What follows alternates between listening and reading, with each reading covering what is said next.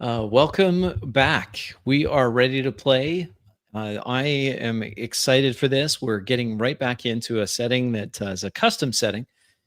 Once in our 15 sessions now, somebody's like, "Hey, where's this setting from?" I'm like, yeah, it's from our Twisted Imaginations. So that's where it's from. Using EZD6, a hacked version of EZD6. I shouldn't say hacked. It's lovingly crafted with honor to the creator, DM Scotty. Please check out his game EZD6. It's well worth your time. This is going to be an in-character session for those of you that are new to this. What that means is we're going to try to stay in that character level. There's going to be a minimal amount of meta talk. There will be some, but there'll be a minimal amount of it. And there will be a very minimal amount of direct player to rabble rouser or GM questions. Instead, players will interact with the world. You're going to see that happen. And in something that we're all working on, me especially, we're going to try to keep our turns relatively short so people are getting turns all the time. And we may have a few fast forwards. We have a way that we're doing that. You'll notice that. We'll have little anchoring statements. If everyone does that, then that's a signal to me that I'll just advance the time, a little bit of a time skip. All right. With that, why don't I pass it over to the three of you? You can just tell us who you are and what you're playing. Start with you, Max. Oh, we're doing Max Boivin, Mr. Max Boivin. Yeah, yeah. Playing Alan Richter. Look at you. My channel YouTube is. He's actually coordinated the color of his shirt with his portrait there. I just noticed. Oh, yeah. Clever. Oh, I didn't. I wasn't on intent. So yeah, Reaction to Principal Gaming. If you're new to that, I don't know. Well, there you go. And I think I've tagged him. If not, I'll put a tag in the description below, and you can check him out.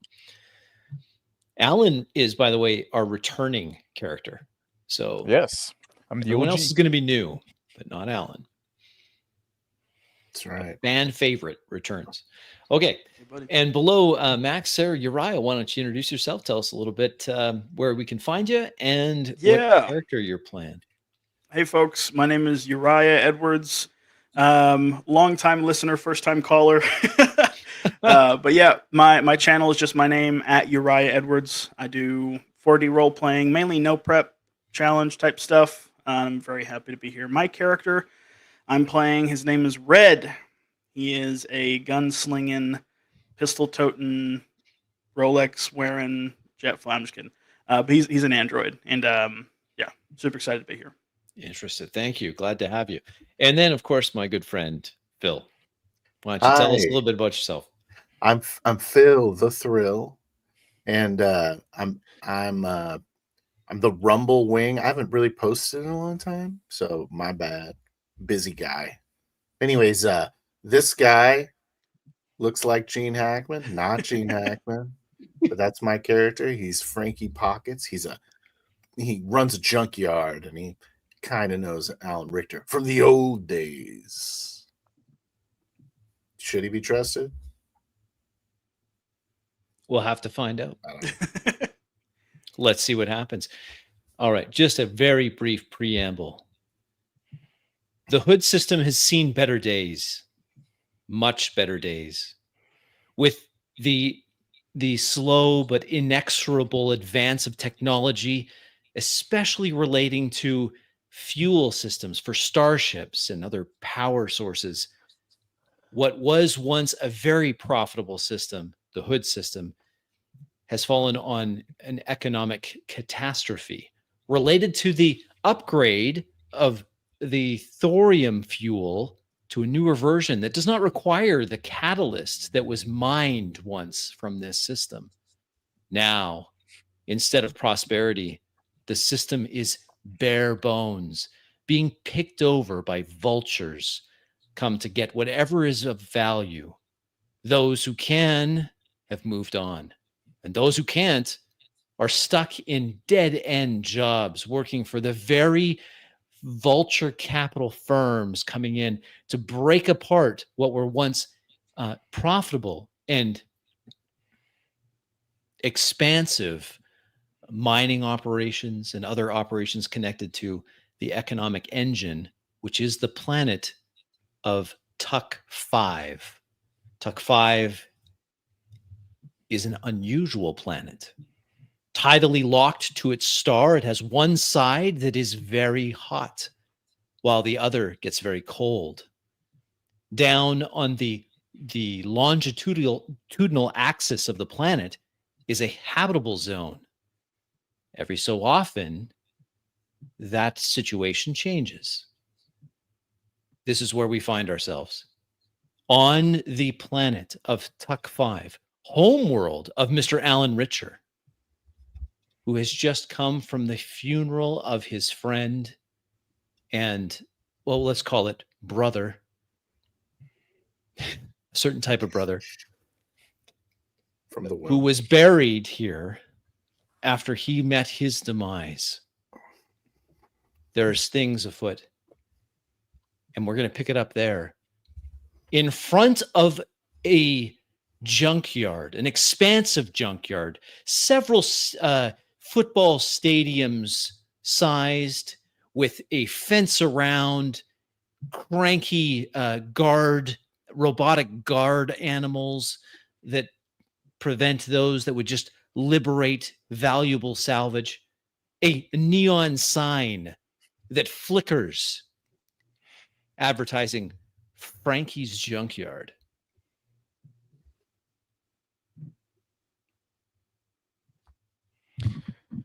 I step over of a cab, pay the driver with my credit stick, and I walk to the door of the junkyard, the old office, and I ring the bell, and I lean against the wall, waiting for an answer.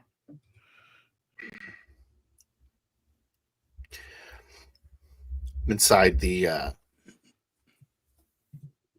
my little house inside of the junkyard proper, I get an alert, kind of rings like a little alarm. Very analog. I look over at a grainy video screen and I go, and I click on a large mechanical button,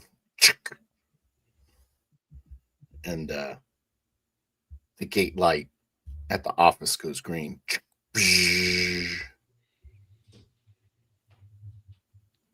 Just unlatches a little bit, releasing the magnetic lock. I disconnect from my charging station. I place my port back in a small compartment on my wrist, stand to my feet, sort of survey my surroundings. I say, Red, you better go get our guest. Just continue tinkering with some. I just push the door open a bit, and I put just the gate a bit, and I put my feet in it, and I wait. I know better than just like getting in myself. And I start like rolling a cigarette. I call back to Mr. Pockets. I say, yes, sir. I'll get right on that. I grab a police issue sidearm. I slip it into the leather holster on my hip and begin to walk towards the gate. I watch his hand as he puts the gun in his holster, and I say, he's a friend, Red. I give pause and turn to look at Mr. Pockets. Noted. And continue on. Lean back in my rickety chair and work on a device. I put my cigarette in my mouth, light it up, just take a long drag, waiting a bit. The office of the junkyard, dimly lit, a few panels displaying local news events, generally a ticker tape of job losses, the former giants of the immediate area being picked apart. Dismal, air stale, slight hum as overtaxed fans spin slowly.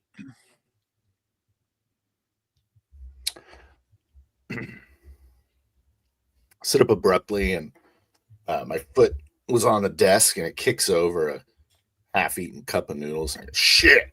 I stand up, and, holding that part I've been working on. I walk over to another table, some other parts on it. Approaching the gate, I see the man standing just inside, and I sort of tip my hat and say, "Welcome to Pockets Pick Apart. How can I help you?" I mutter to myself, like looking at the ad. I said, "Oh fuck, not again." And I raise my head to read. I say loudly, "Who are you?" Sort of disinterested look in my face. I say, "Well, my name's Red. I've been here for the past month or so. And who might you be?" I push the gate open, and I get in. So I'm here to see Frankie. Don't worry about it. And I start walking in. I'm staring at the interaction through that grainy video feed. I take a pause from the work that I'm doing. It's a dimly lit little office area lit up with some tungsten bulbs emitting a yellow light. And I recompose myself and continue like attaching. Looks like a large, this piece is going into like a larger casing of a drone. My stance narrows from the sort of wide, almost gunslingerly stance I usually take. Say, "Yes, sir. Mr. Pockets told me that we'd be expecting company. Right this way." Sort of turn to. I nod and I walk toward the office.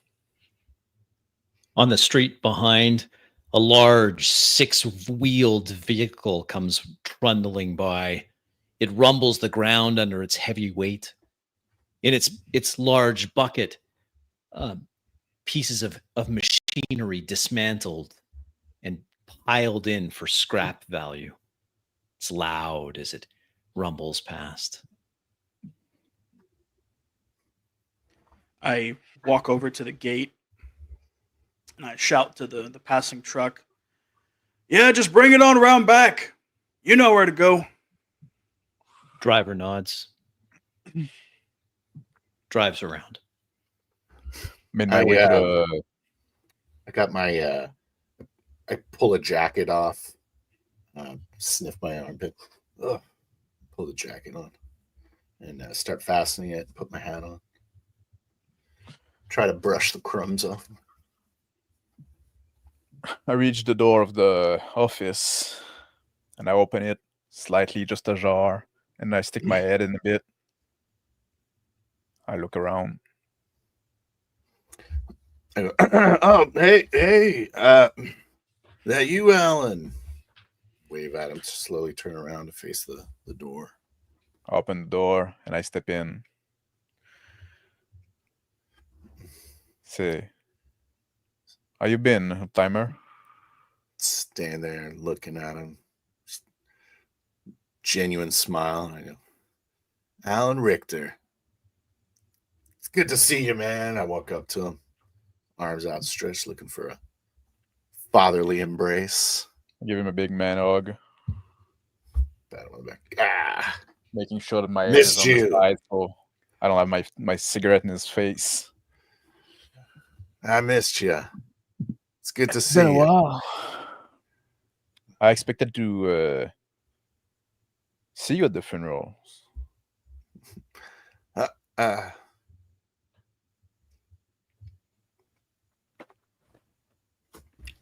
Go ahead, Red. I pull the gate closed, watch the light turn from green back to red, and I begin making my way towards the receiving bay to help the driver with his shipment of scrap. With practice motions, the large 6-wheeled vehicle reverses into the receiving area.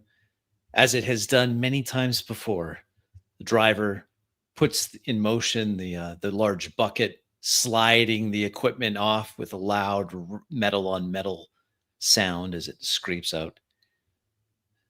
The driver then opens the door and climbs down the ladder from the tall vehicle, starts walking towards Red. Alan. Frankie. pat I lean Alan back. on the back. Well, yeah, I didn't think he was a big fan of me. His wife certainly isn't. It's good to see you, Alan. I step Did back. you land and where lean I against told the you? table. I step back and lean against the table. Take a drag of the cigarette. I say, yeah, the wife's not a big fan of me either anymore. I did land where you told me. So you got my message, eh? Well, you got mine. Well, I'm walking towards the man who just stepped out of the truck. Data pad in my hand, and sort of looking over the pile of scrap and say, "Well, what you got for us today?" He takes a sweaty, grease-stained baseball hat, takes it off, wipes his hair, thinning hair, puts a hat back on. Listen, just the normal. We've got a few things here. I think this is the last shipment, though. You got to tell Frankie that boss tells me that the previous arrangements just no good anymore. It's getting harder and harder to get scrap these days.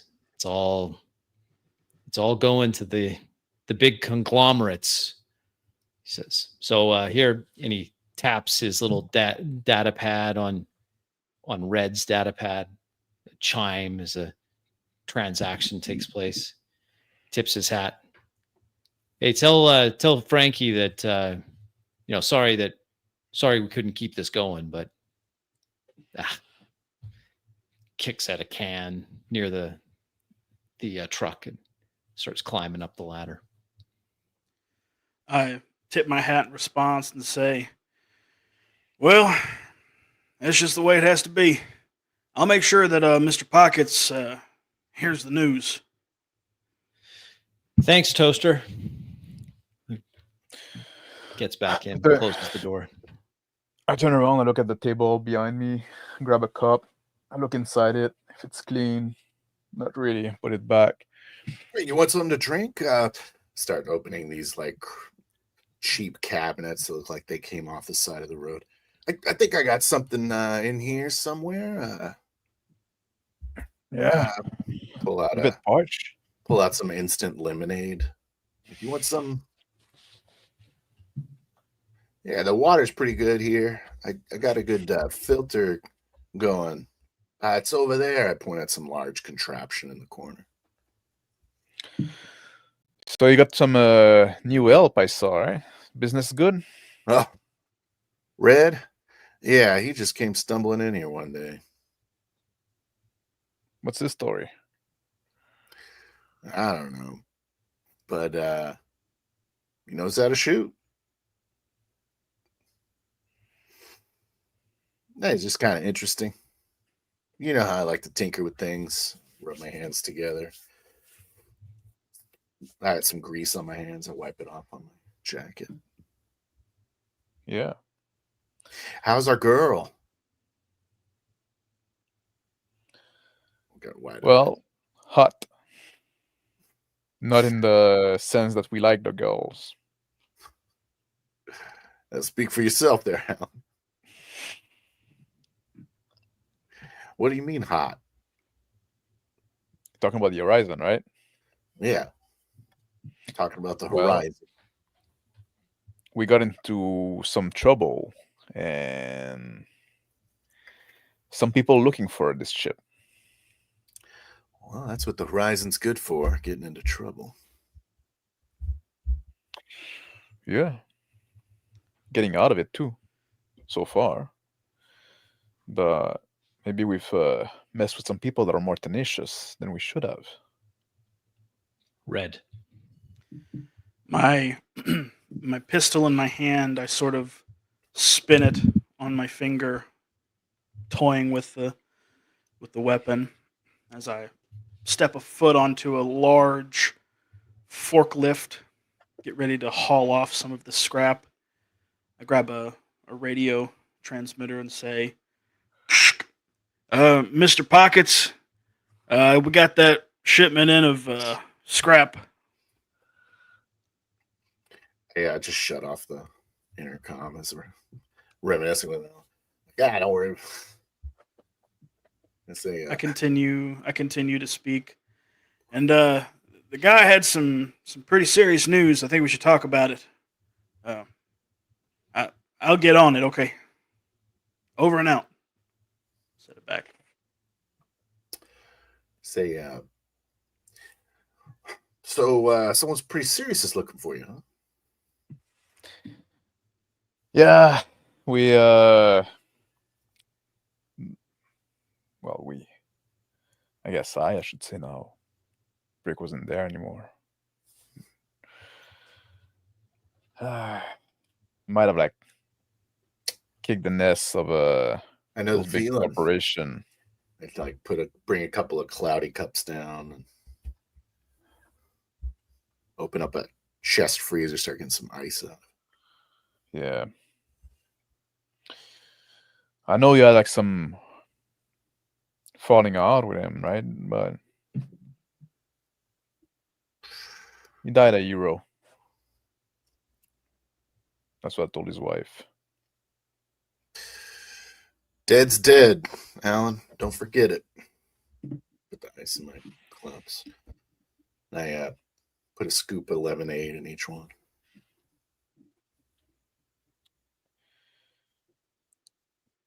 Driving the big forklift, hauling this giant container.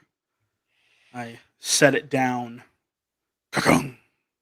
in a nondescript corner of the junkyard. Begin to head back towards the office. Red. An audio echo. Your central processing unit echoes back, replaying a few seconds of the encounter with the driver. His greasy ball cap, perfect recollection, replaying the moment. Toaster.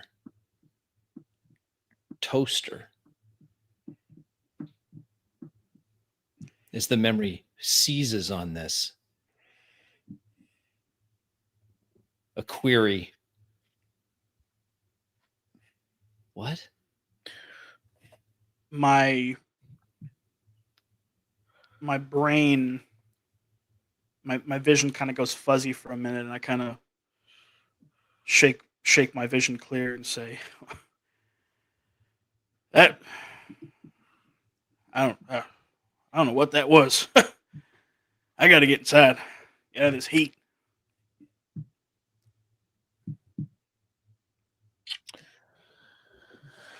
Putting water in Drink. the cups. So about this, can you change the item chips on that ship? I'm filling up the cups. I'm looking over my shoulder and I'm like, wow, you really are in trouble, huh? Yeah.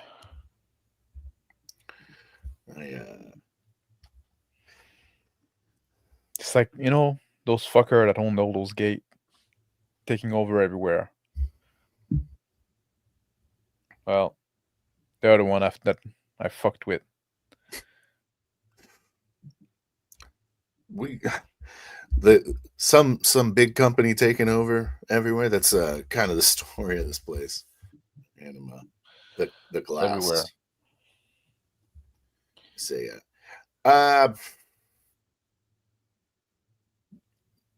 you know how you took my ship and I needed to those criminals were trying to take it from me. I let you take it. Yeah. Takes it. Well, I got another ship for them. I owed them something. And I know where we can get another ident ship if we really want to do that. Sounds like we really want to. Huh?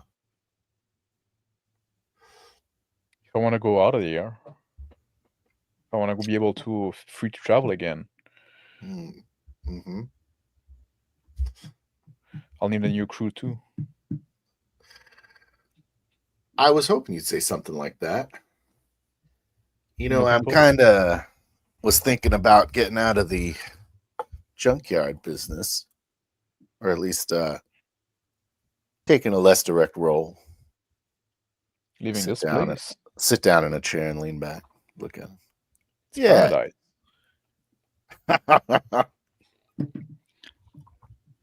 Red. The brakes on the forklift squeak and as I sort of lean back instinctively in the seat and hop down off, sort of pat the side of the forklift and say, "That'll do, Bessie." Turn the ignition off. Hop down and begin to walk towards the office and think to myself, toaster. Like I haven't heard that one before. One of the guard drones passes in front. Its optical sensors swiveling on top on a pedestal. One of its eyes plays over Red, scanning over. Red. In the corner of the vision, new options appearing and then disappearing, de-resing out. Tactical options, then disappearing. I snap in the direction that I see those options pop up, gun in the hand. Sort of shake the thought away and gun back in the holster. Alan.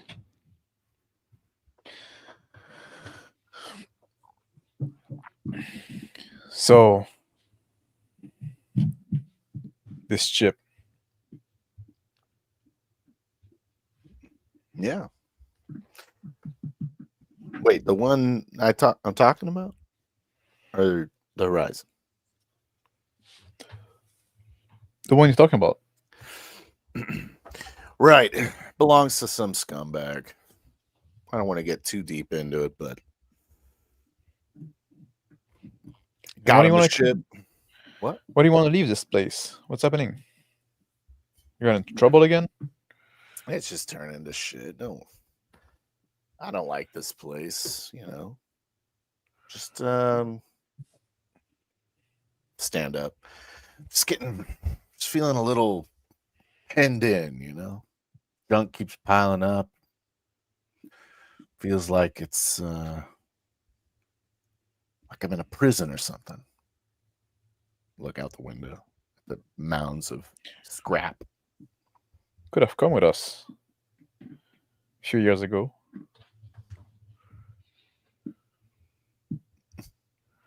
I open up the door and say, Mr. Pockets, I went ahead and took care of all that scrap. Looks like a pretty decent shipment. A couple of armor plates and a few other boards and such. Oh, I'm sorry. Am I interrupted something? Nah, Red. Nah. I walk over to him. See ya. All right. So some boards and some scrap or some armor plates. Okay. This is Mr. Alan Richter.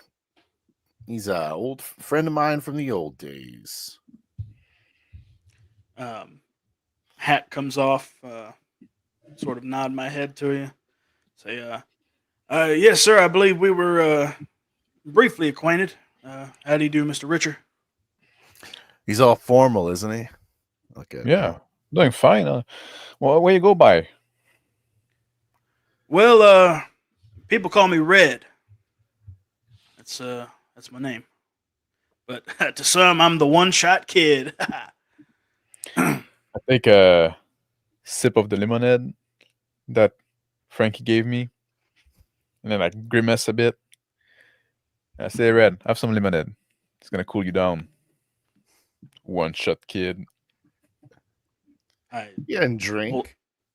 hold the glass in my hand, say, Just look at him, having no idea. well, much obliged, but I think I'll save that for folks who can make better use of it. Unbidden, Red. A brief outline of Alan Richter, a few estimates of size, strength, reaction time, threat assessment, dangerous close quarters. And I look at Frankie. Yes, I don't know if other folks can make better use of that stuff. I don't know you can drink that. That's gonna kill you. Yeah, I like it. I think so. It's got electrolytes. You know? You hear that, Red? Maybe that's what you need. I give It's a gonna fill hearty up your chuckle. battery. He's just a robot. So I give a hearty chuckle. Say, yep, just laugh it up. Mr. Pockets, there was something that the gentleman did want to bring mention to you.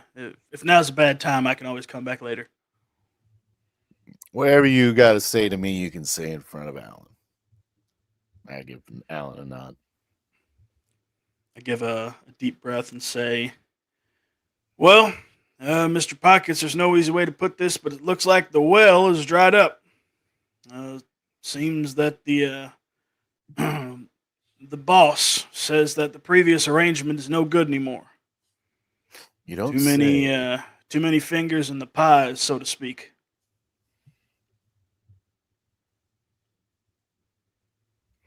I say, you don't say, and I take a sip of the lemonade. Leaning back, kind of have a 1,000-yard stare out the window. I move to a desk where like some project that Frankie's working on are there, and I'm like starting fucking around with the piece, looking at them. Notice he's looking at my the drone I've been working on. I say, what do you think? I was thinking about using it for the horizon. Lean up. Chair squeaks terribly. I nod without looking up. Briggs would have loved that shit. What do you think?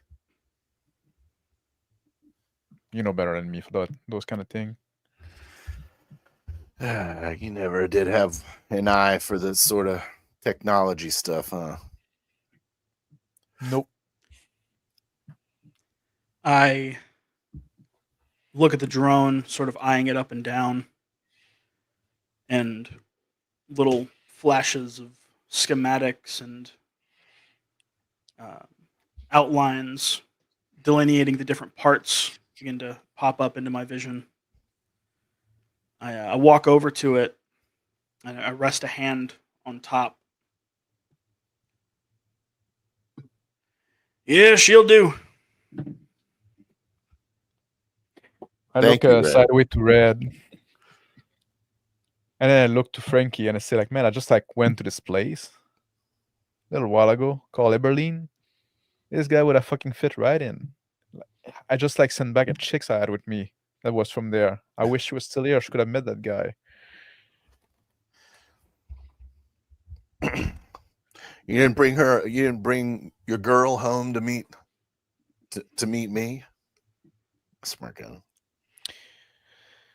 She's seen some shit during our time with us, and she was a bit homesick. Stand up, ignoring his comment. Walk over to the workbench as well, and I say, "It's a salvage drone." Put my hand on it. Yeah, I always intended the Horizon to go on some valuable salvage missions. To stroke the smooth surface of the drone. I take a step back from the drone. The schematic's still sort of buzzing in my head. I say to Alan, well, Mr. Pockets here has been sort of helping me get back on my feet past a month or so. He's quite the wizard when it comes to all these different computer gadgets and gizmos and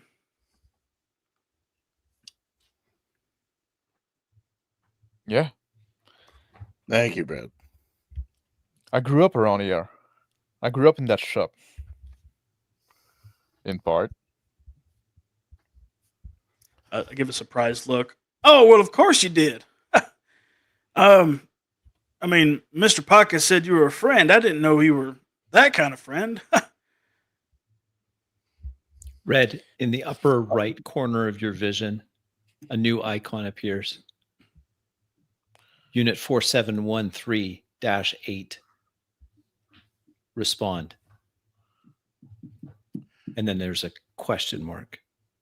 Respond. Say, yep, Alan used to run around here. I pretty much taught him everything he knows. I walk next to Red, and I grab his gun from his holster without him noticing.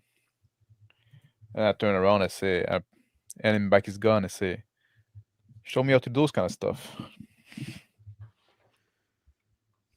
Eyes closed. They, my eyes, flicker open. I say, sorry, did you say something, Mr. Richard? Red, how you gonna let him disarm you so easily? See the gun in his hand. I sort of grab it.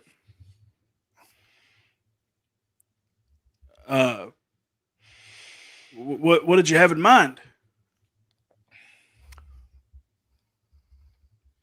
Take a sip of the lemonade, sighing, kind of frustrated. Turn Move around over and Frankie. play with like a transmitter. Take a few steps away. I try to sort of whisk away the alert. With a mental effort to whisk away, instead opens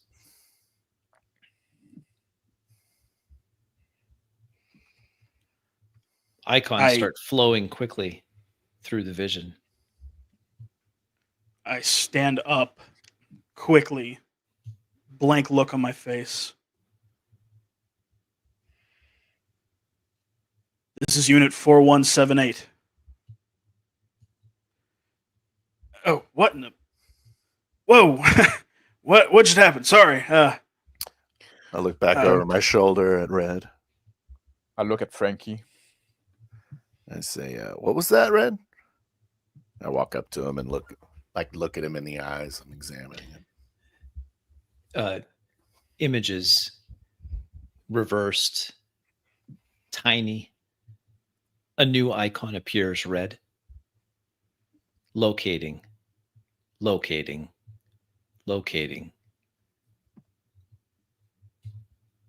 Was that Unit 17. What was that? Like looking, checking them out. I say, shit. Why don't you let me plug you in? Let's run a diagnostic, Red. Yes, sir. I sort of plop down in a seat, extend my arm to get access to my my port. Walk over to my deck. I look at Frankie and I Table. say, nod toward Red. I say, so is he hot too? Is he like on the run? What's happening to this guy? I don't know. He's basically just a lost puppy. Thought I'd try to fix it up. Some other piece of junk in my junkyard. Pull up the cable out. He's a pretty nice piece of junk, though. I can tell you that. I had a couple looks under the hood. Plug in. Should I be jealous?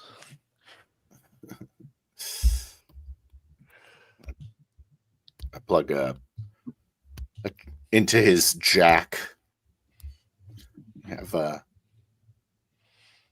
got it like just under his neck, I guess. So. Familiar image appears. Red. Diagnostics. Run diagnostics. Accept. Decline. I accept the diagnostic scan. I turn to Mr. Pockets. I think somebody's trying to find me.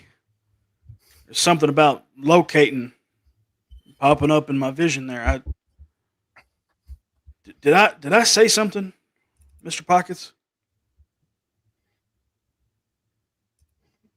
I say, yeah, you said you were unit something. I wasn't listening. I start like typing away and trying to find. I said, someone's looking for you. You want someone to find you, Red? Well, I don't know if I want someone to find me, but they're sure as heck looking. The lost puppy got an owner. I start rolling a new cigarette. Someone, yeah. Frankie. The deck picks up an ultra low frequency carrier wave. It's new. It's still active. And picked up by some high-tech integrated antenna incorporated into Red's chassis, into his metal bones themselves. I think he's transmitting. I say, hey, Alan, you ever... No, you don't know shit about that. That was Brick. And I stand up and walk over to the transmitter. So maybe you can try to wrap his head in foil or some shit. Pull out his teeth. What do you think? I made a $1,000,000. Walk over to the transmitter and start trying to capture the transmission. Hit like a record button. Encrypted screens start coming through as the hacked together transmission rig captures the ultra low frequency carrier wave. Red. Hat taken off and sort of set on the table. The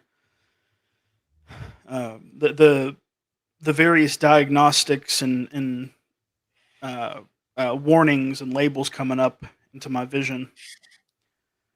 I look at Alan. I say, this might get a little bit dangerous, Mr. Richer. This kind of thing is a bit dodgy. I seem unfazed, but I say, why would you say it's dangerous, Red? This encryption is very advanced.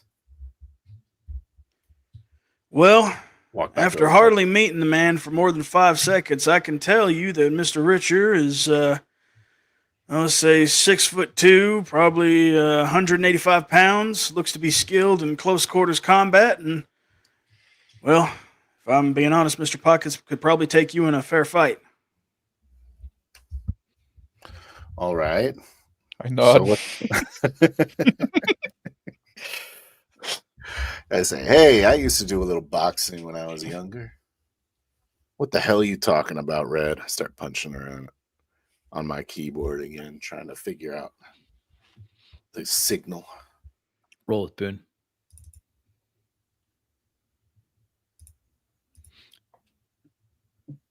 Success.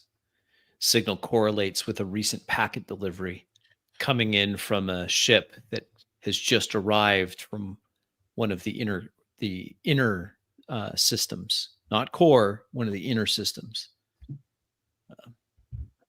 I say, I think your owner might have just made planetfall.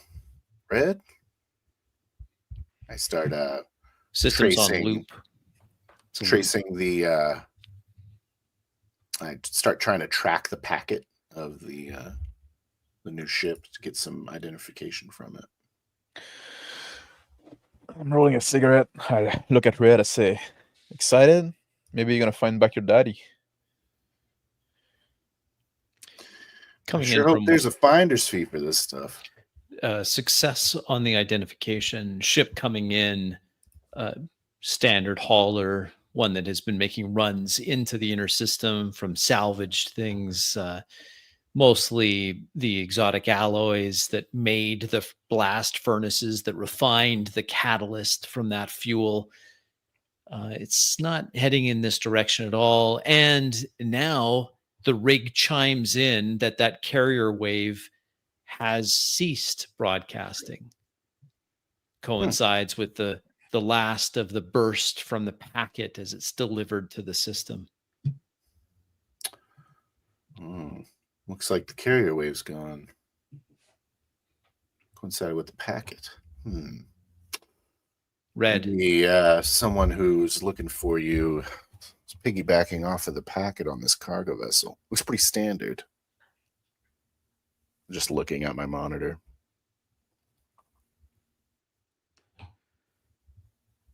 I give a moment of pause and say, Mr. Pockets, I'm afraid I don't know what many of those words mean, but does that mean they're still looking for me? I'm looking the scene unfold. Interested. I'm just like talking to Alan. I say, I don't know that their owner's here, but Red's owner probably knows he's here. I try to find more details from the packet, see if it's Roll meant roll to your be. hacking. And Red, and I talking make it to a both 6. Frankie and Red. Red doesn't want to be his owner to know he's here, right? I never Frankie, got it straight out. success. The packet now, the deck modified as it has been, now shows that that carrier wave signal that Red received is now compiling code. It's writing a code in Red's operating system, and it's pinging out a location. The location of this code and the particular piece, the module as identified by the deck, is a behavioral modification module tied to performance. Say, Red, it looks like you're getting an update. I think I'm gonna just go ahead and I just mutter to myself as I try to shut off his receiving protocols. I'll make that a 6 too. Success. Red. That icon, that locating icon, dereses in the view.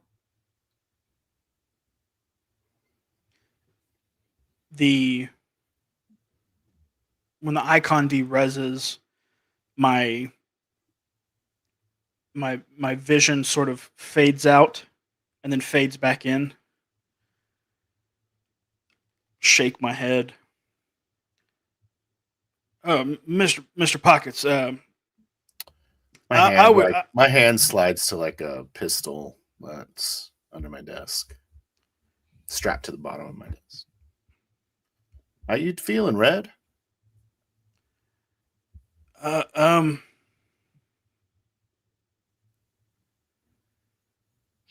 think I'm okay. I think I'd do very well if we didn't do that again. Am I witnessing something that I shouldn't? I just look at Red, now focused on Red, ignoring Alan. I say, right hand sort of shaking. hey, Alan, why don't you take Red's gun again? Make sure it's safe. I look at Alan. I look at Red. I stand up on my feet. Step Red. toward him.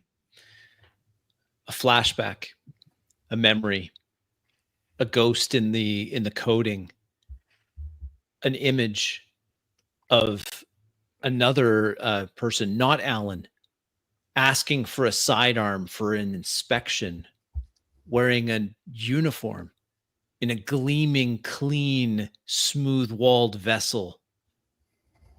Others, 4 others, standing at parade rest. And then the memory, the ghost, the errant code disappears. And there's Alan reaching out. In a blink of an eye, the gun is out of my holster and aimed at Alan.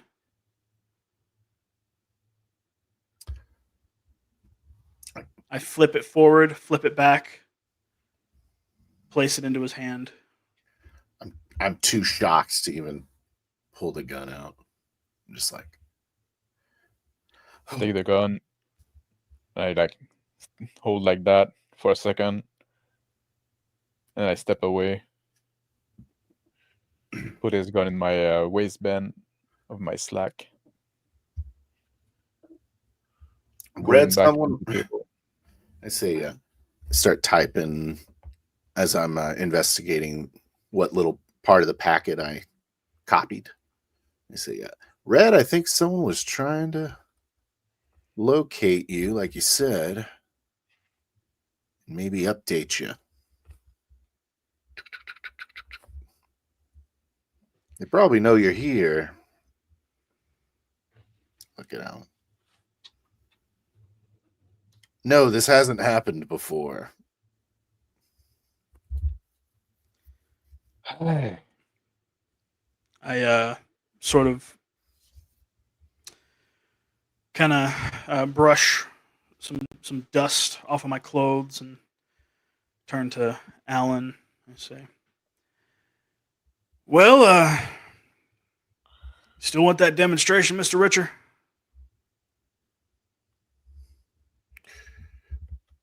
I think I'm good.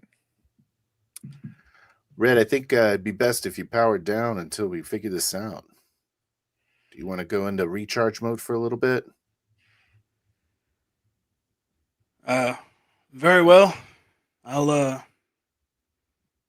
retire to my quarters. Turn to start walking out the door. I snatch the cord out from him before it pulls too tight. Just watch. I'll watch him go away too. Open the door. Begin to make my way towards my quarters. A small cot, sort of tucked away beside a shed. A crummy-looking desk with some belongings on it. A leather satchel, crumpled up. Pamphlet or brochure. Sit down on the bed. I look at Frankie. So, We're bringing quite serious stuff there with the cowboy. Yeah,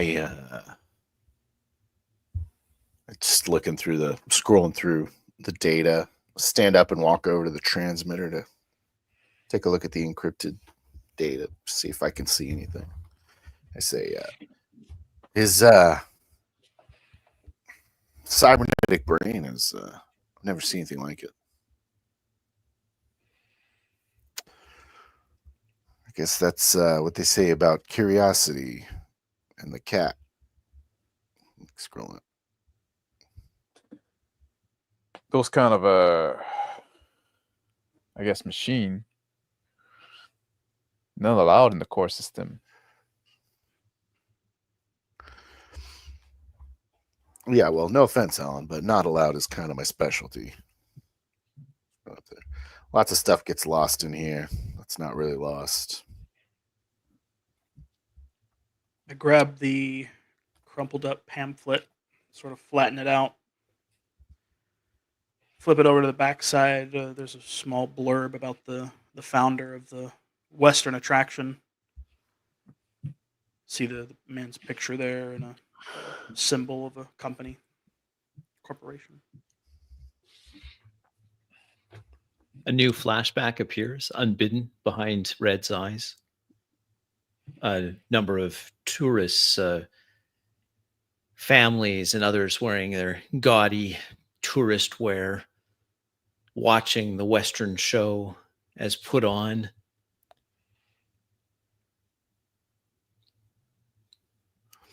A memory, like a dream, and then it passes. Well, Try to- Frankie. Was me once that was the lost, not really lost puppy that ended up here. And if this thing got once, I guess maybe it got some kind of free will. And if it doesn't want to be found, then maybe it shouldn't.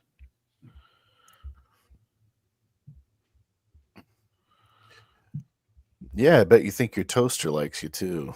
Scrolling up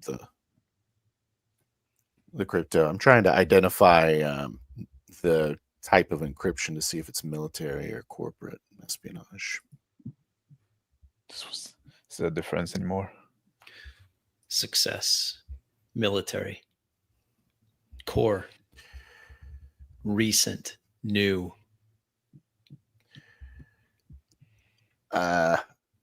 I think we had a problem here, Alan. Well, that's kind of my specialty. Red. The memory shifts. Now a man wearing a business suit speaking to the manager's face resembles one of the pictures on the back of the brochure. A conversation recorded, perhaps by accident. Yes, sir. Yes, the development has gone ahead of schedule. We've only had a few hiccups, but gestures back at Red's perspective as of his memory of the encounter. This one in particular, very promising. In fact, I think we could accelerate the timeline. Well, costs are out of control. It's going to have to happen soon. The memory dereses. I seated on the bed, my hand on the prop 6-shooter that I used in my performance days, sort of mindlessly twisting it on my finger. I snatch it, knuckles going white as my grip tightens on it.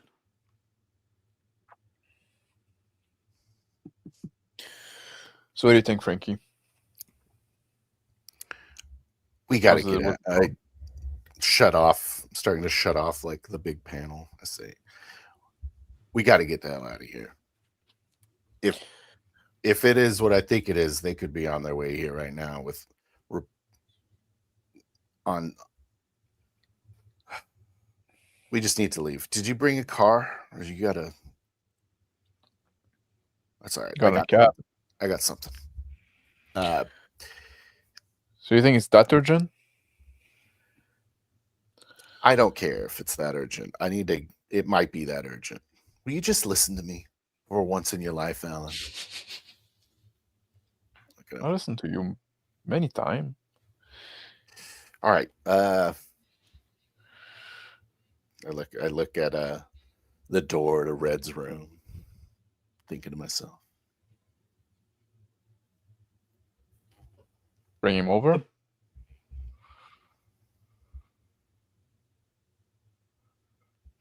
A bird flies off to the sky, and without a second thought, with the prop gun in my hand, I aim towards it, following it perfectly until it leaves my view.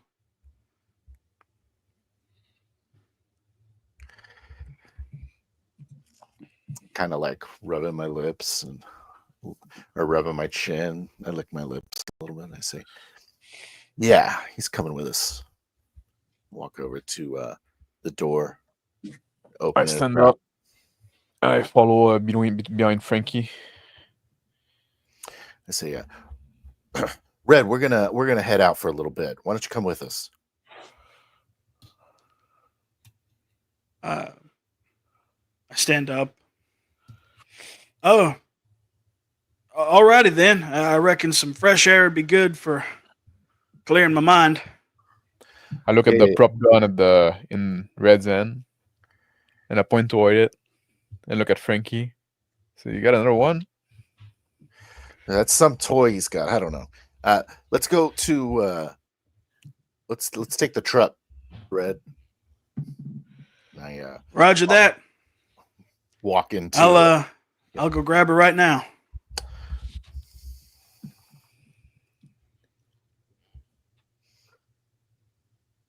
Start going out of the room, making my way towards the garage. I walk into a separate room. I got a leather knapsack there. I'm opening it up, stuffing in some stuff. I'm just like looking from the previous room to the door, looking at Frankie. I say, "Hey, get the drone!" Yelling it out.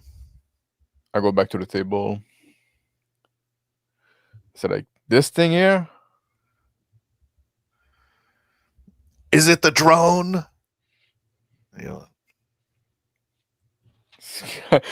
I start like picking some piece. Some piece. I don't know. A leisurely gait, getting into the garage. This old rusted red pickup truck. Open up the door, get inside. All right, you old steel horse, don't fail me now. As I try to start her up. I'm walking out of my bedroom and I just throw the knapsack into Alan's chest and I say, "I'll get it." Go over, start like struggling with it a little bit. I just catch the bag. I would have. You don't know what a drone looks like. I don't know what part is like. Well, I need a bunch of peas there. I need that part, the one you got, and then get those two. See, I was on the one. I was getting it, and I tried to holding the bag. I tried to reach for the other part one of them that he pointed out.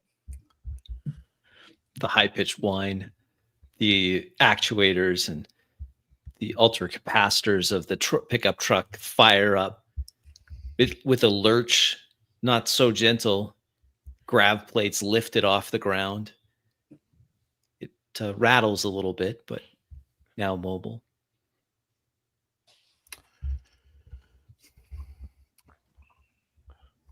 Slowly pull forwards, pulling around to the front of the office. I'm walking out of the office, and I unload the heavy salvage drone shell into the back of the truck. Makes the dip a little bit. A large clang. Open the back door of the truck, and I throw in the bag in it with the piece, and I put the piece next to it, the two little pieces that I had in my hand, and I climb in. Walk around to the driver's side and I say, "No offense, Red, but Oh, of course, yes, sir, Mr. Pockets." And I step out of the driver's seat. Just a moment. I got to grab something real quick. And I quickly. we're in a run into- hurry, Red." I say, "Son." Yes, sir. I'm coming as quick as I can. I run back to my room, grab my leather satchel, sort of stuff the things back into it, and hop into the bed of the truck. I lean over to Alan as Red's getting his shit, and I say, "He's got to be worth a fortune."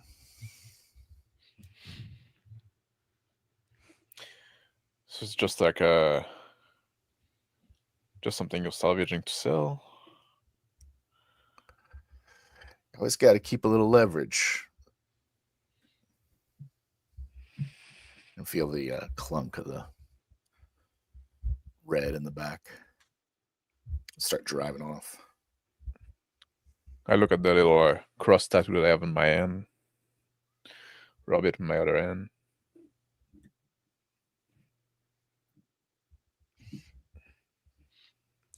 The pickup truck, as it heads through on the hot side of the planet, kicks up some dust.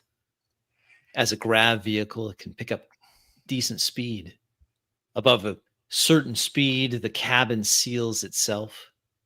In the back, Red, the wind tears at your cowboy hat and flaps at the vest and the greasy shirt,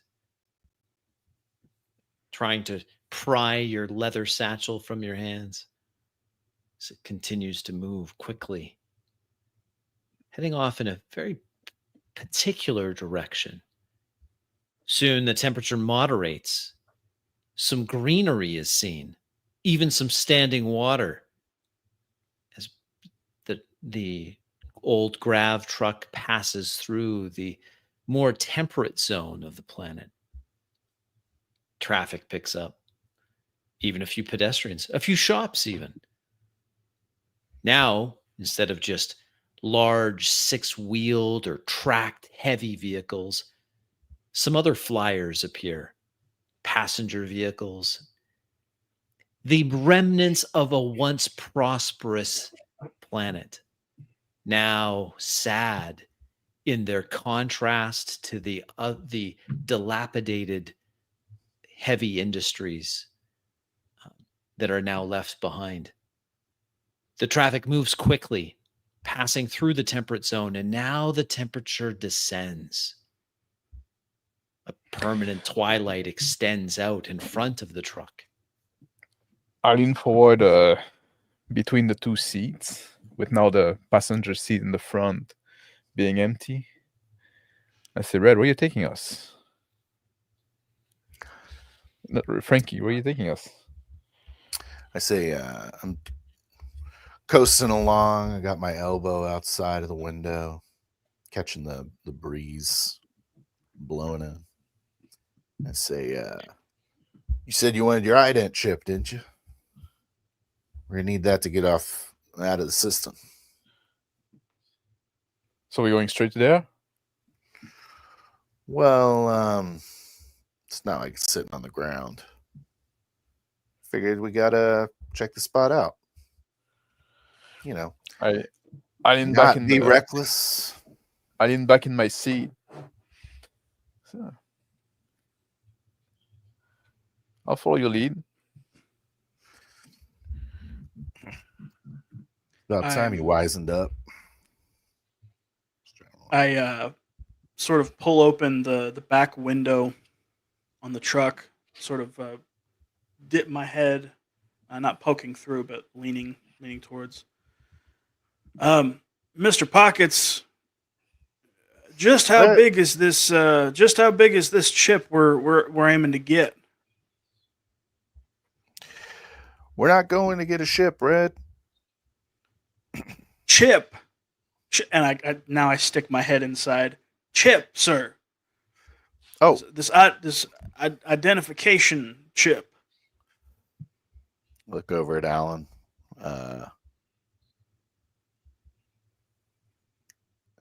I say, how did you know we were going to get a chip, Red?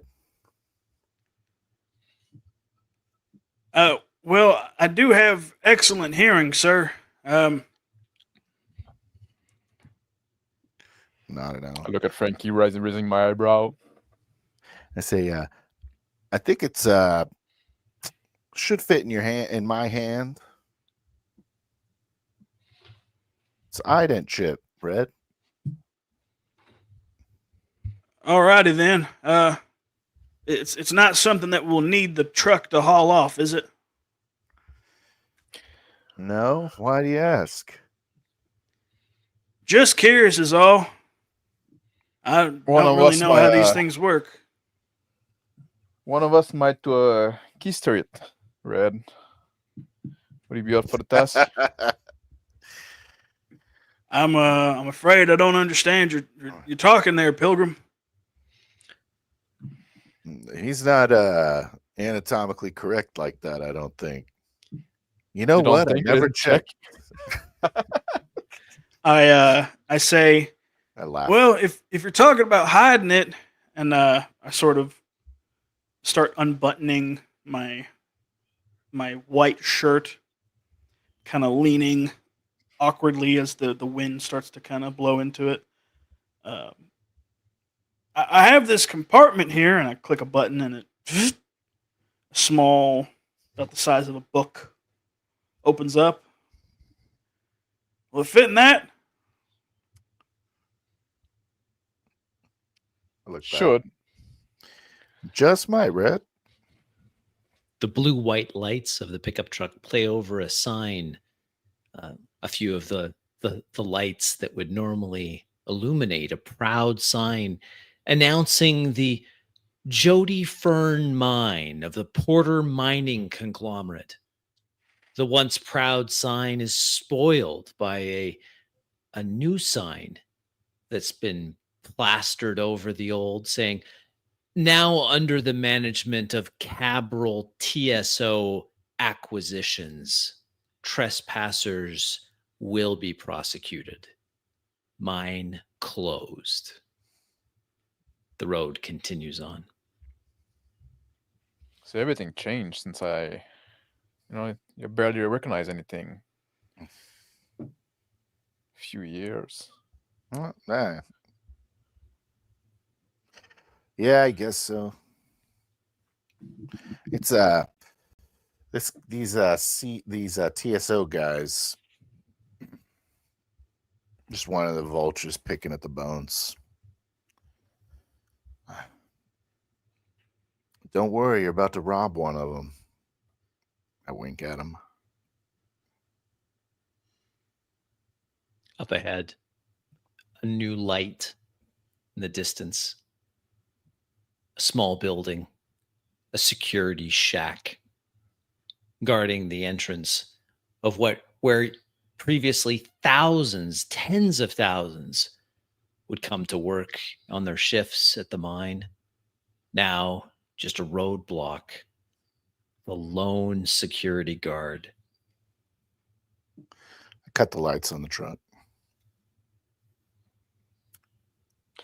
I pull my gun from my waistband, and I check that it's loaded, and that I got a bullet in the chamber. I put it back. So what about the Red? You say he was a good shot? I've never seen him shoot a man before. I don't know if he can. I don't know if But that's he's a good reassuring job. or Well, it's not very useful. And I pull over to the side of the road. I say,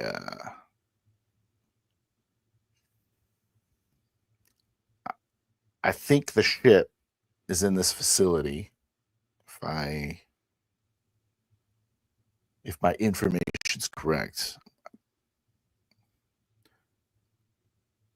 I look over at him. that's the ship that you gave them, and I'm turning toward the back window, and I'm opening it as I say that to Frankie with Red's gun in my hand.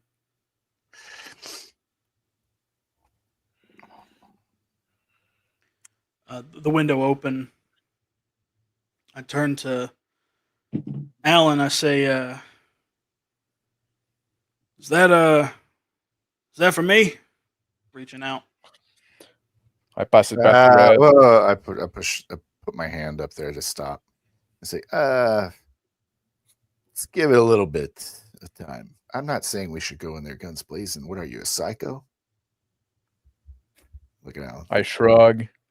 I said, "Oh, sorry, Red. Daddy say you cannot play Red yet." I thought you were a subtle guy. Yeah, but hope for the best, prepare for the worst.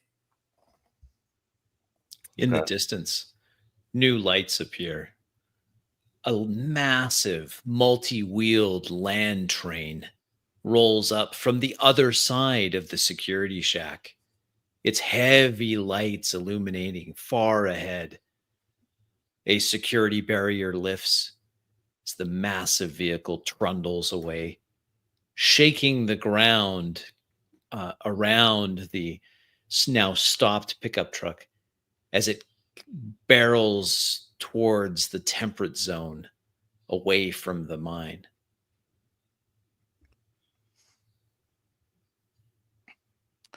Close back the back window. Sorry, Red. I say, I we're sink back looking in my seat. for a guy named Costas Shear. He's the guy who I gave the ship to.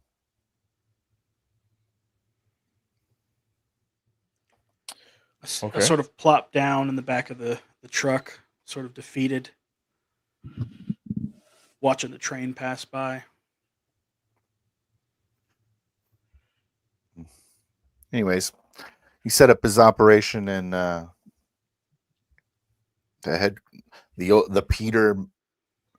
Porter Mining headquarters over there. So what if is you it got any about? information? What is he Is he a about? bit of a gangster, or is it a bit like just a corporate shystster? Same difference. For us, yes, but in the eye of the law, What law? I guess. Like you said, things have changed in the last few years. Mm. Anyways, I could drive up closer, probably get around this guy, but they're probably going to spot us. Do you want to check it out? Look at him. You want me to go scout ahead? Well, it's just my knee isn't what it used to be, I can go You out a feel- peek. You want to go take Red with you? Maybe I should go by myself. Can Red be subtle? It's Sometimes. I don't know what I he can turn- do. I be turn honest. toward the back window, open it. I say, "Hey, Red, you want to go for a walk?" I turn back to look at Alan. I thought you'd never ask. I shut the back window, I open the door, and I step off the pickup truck, and I stretch. Hey, you still smoking those cigarettes you always had? Yeah? You want one? Oh, I'm going to be sitting here for a while. Take a couple if you don't mind. I take my tobacco pouch, Do you want to roll them yourself, or should I give you some? My hands still work. Put my hand out. I give him the pouch. Good luck. Put it back last minute. I say, let me roll one for myself, just in case. Oh, just in case you die, can you did land the horizon where I told you, right? Just in case. Yes. I give him a Sort of smirk. step forward. I step forward. I say, "That's not going to be a problem. You safe with me, ain't that right, Mr. Richer?" I'm rolling the cigarette, I look and I at Alan. shrug. I say, we'll see about that. I look at Alan with a shit-eating grin on my face. I say, hurry back. The air Give is back the cool. tobacco to him. The air is cool. The wind is insistent. The vegetation on the side of the road is grasses, a genetically engineered grass that can take the permanent twilight. Up ahead, the shack. Broken asphalt that should have lasted forever, now in disrepair, slowly turning to gravel under the weight of these heavy land trains, wheeled trains. I turned toward Red, and I hand him back his gun. I said, don't tell Frankie. Put the gun in my holster. Secret safe with me, feller. I said, call me Alan or Richer, but drop the mister. Weirds me out. All right, Alan. How do you want to tackle this? We're just there to have a look, see if the ship is there. You know something about ship? Well, I've wrangled a wagon or two in my day. You can just say no.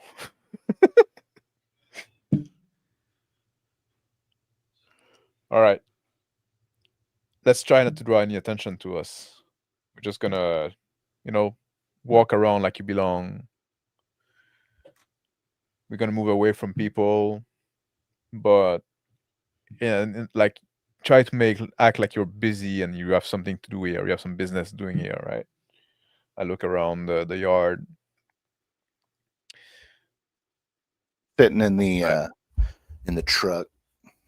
Got the rolling the cigarette as I'm looking around. Yeah, outside trying to see if anyone's coming up. Seeing how long I can see Alan.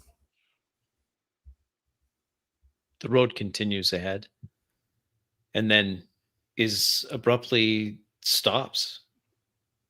This is a road that only went to the Porter Mining Conglomerate's main, the jewel of their mining emperor, the Jody Fern mine. They're silhouetted by the lights of the shack off in the distance. The horizon glows from the still working lights of the breaking operation, stripping what was once a proud facility down to its skeleton and then selling that off too.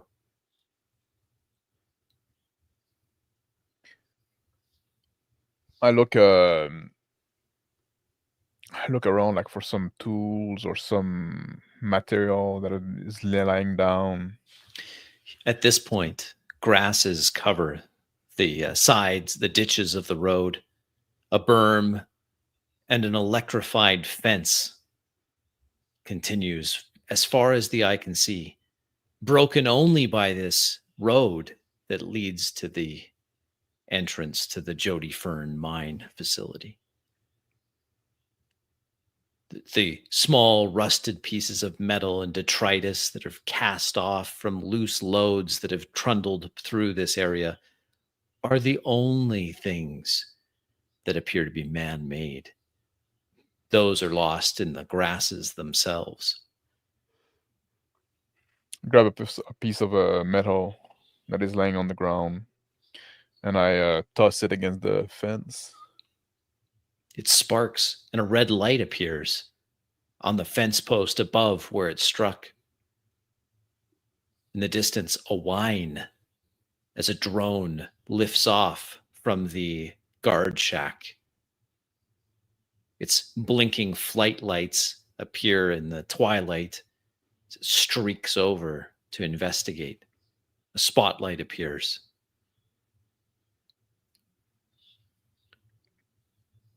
Gun in Turn toward- hand, I aim it towards the direction of the sound. I say, Alan, are we doing this?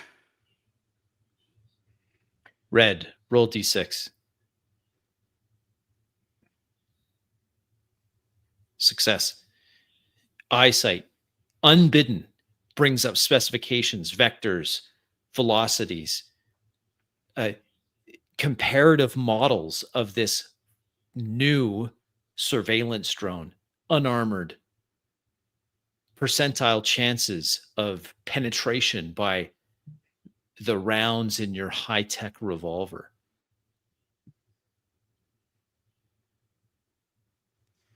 I think I I got a step, pretty good.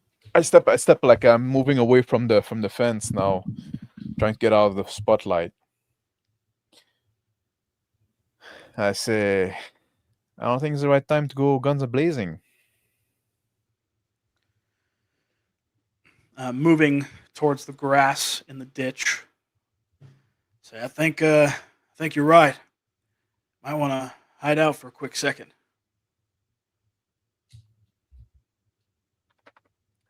I go crouch in the ditch.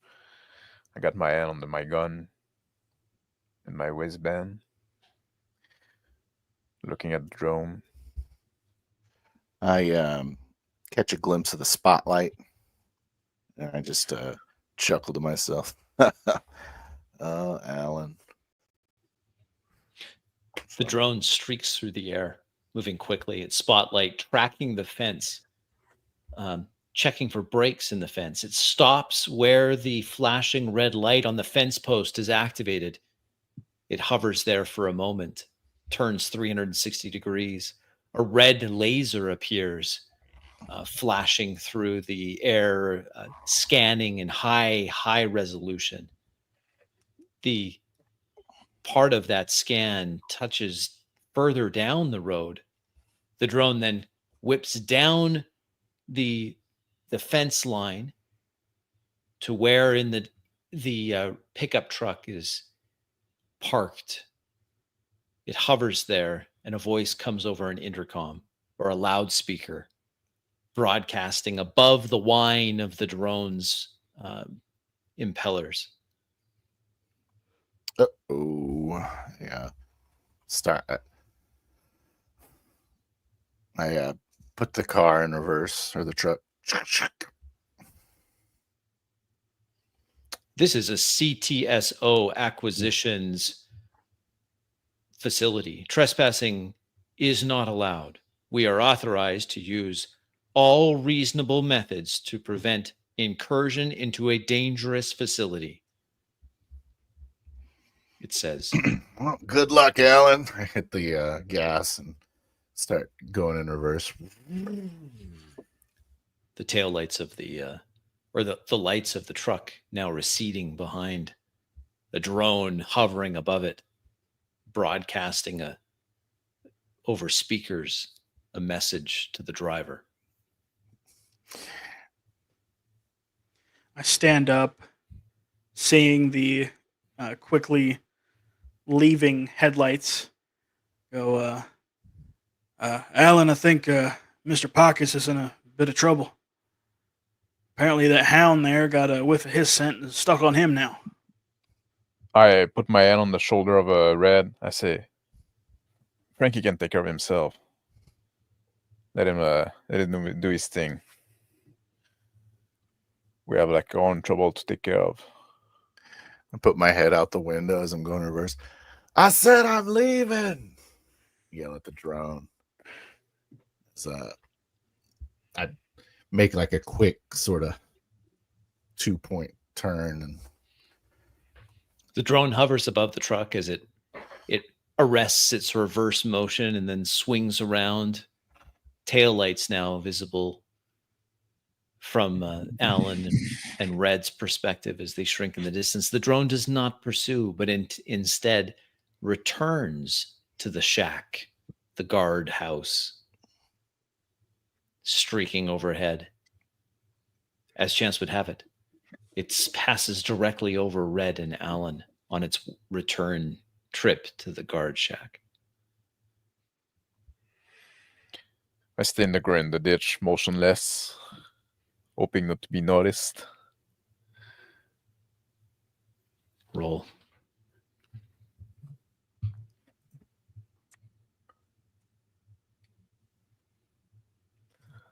Nope. The drone stops. Spotlight now shining directly onto Alan.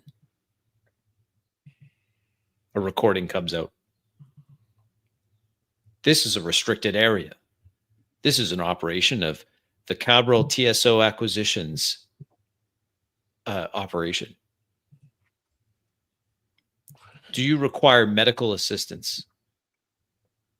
I lift my hand and say, like, we're in the fucking ditch. That belongs to no one. This road is property of the Cabral TSO acquisitions company.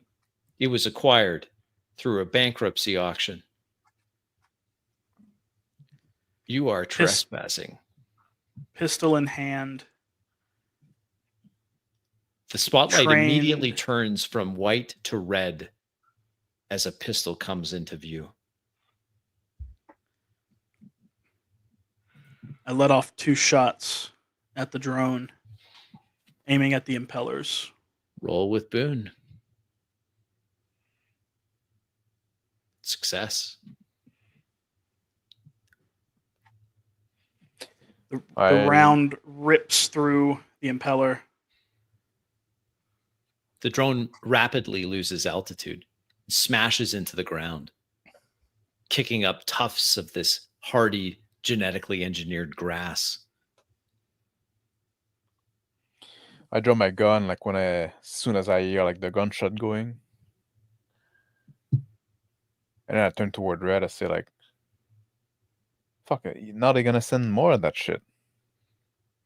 All of the pylons of the fence turn red. So there we go. I'm parked just outside of the no trespass sign.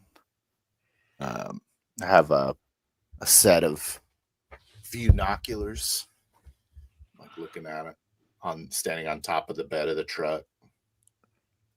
Spot the red glow of the light pollution coming from the facility. I go, damn. All of the fences, all the tops of the fence now, strobing red light. Alan, we need to move. Yeah, I'm already, like, standing up and running away from the fence in the grass.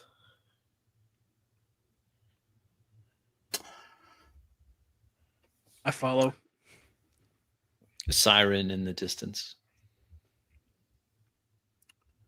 I get back in the truck driver's side and turn on the truck and pull back into the restricted area. Start driving back towards the facility.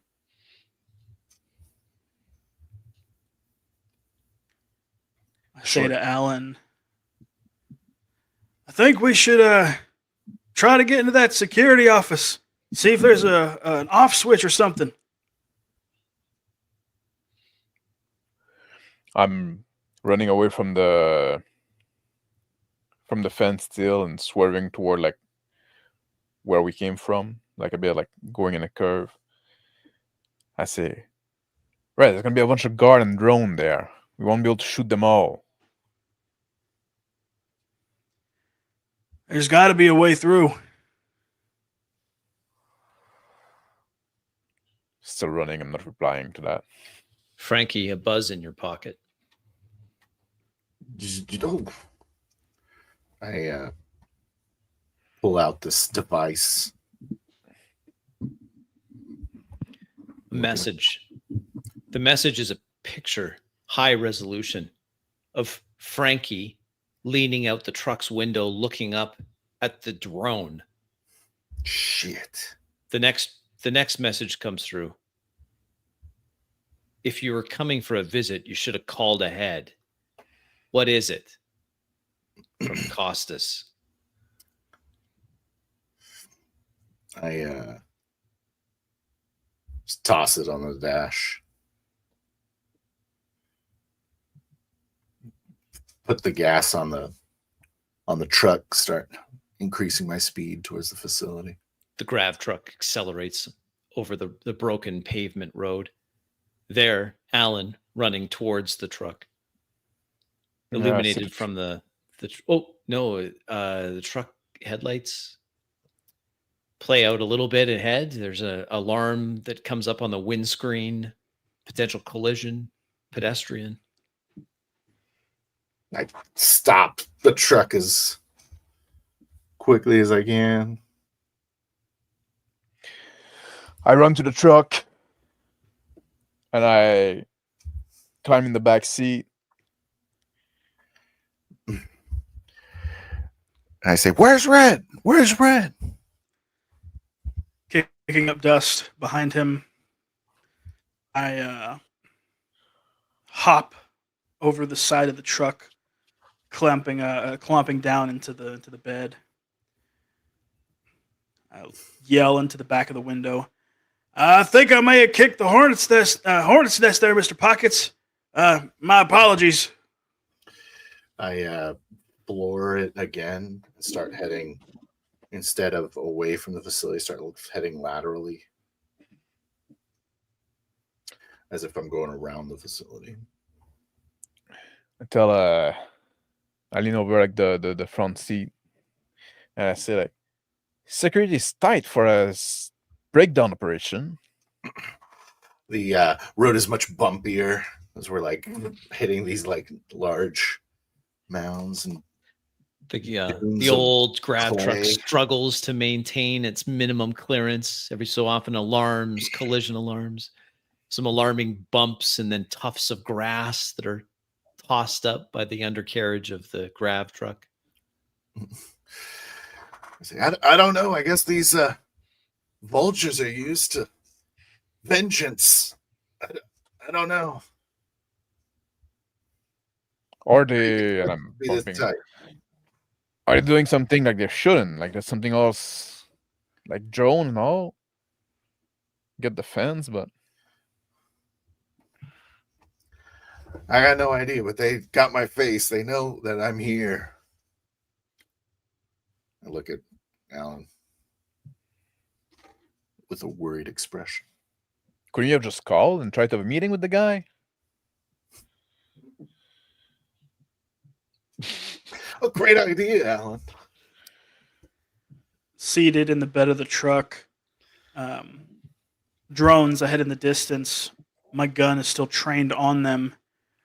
In the bumping of the bed, my aim is still true. Robotic in nature. As we're Roll bumping, D6 for me, Red.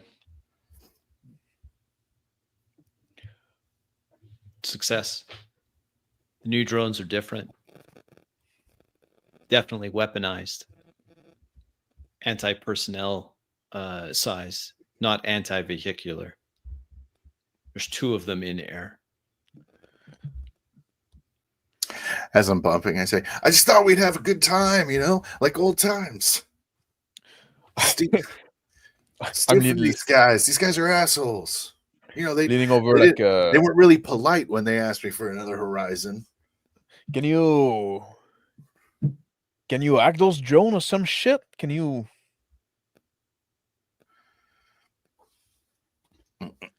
I lean into the truck and say, we got two banditos on our tail end.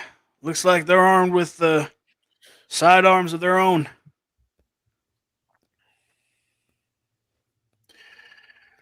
I say,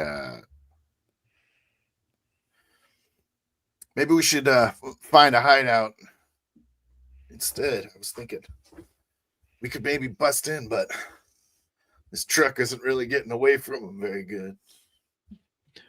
Frankie, roll D6 for me.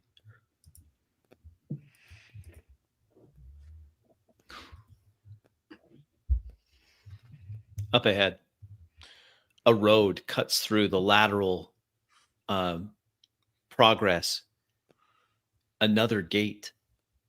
This one unmanned. I make a sharp turn, blowing up a bunch of that dirt from the free area. Start beelining for that gate, and I say, just like old times, Alan. You're just gonna ram that fucking gate? You're damn right I am. I hold myself on the two front seat, pushing myself against toward the back, bracing for impact. Frankie, roll again. Red, hold on to something. I grab the drone, holding it in my arms. Other arm on the top of the truck. What appeared to be okay.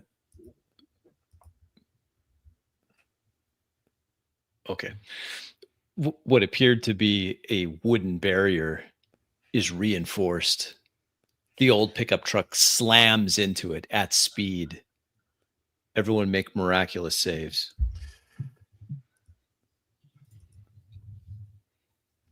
Oof.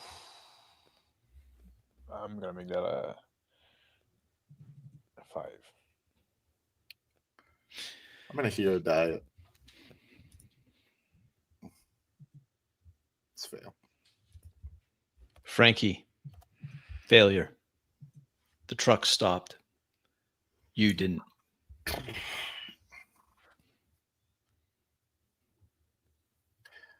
Okay, I go flying through the windshield and It shatters.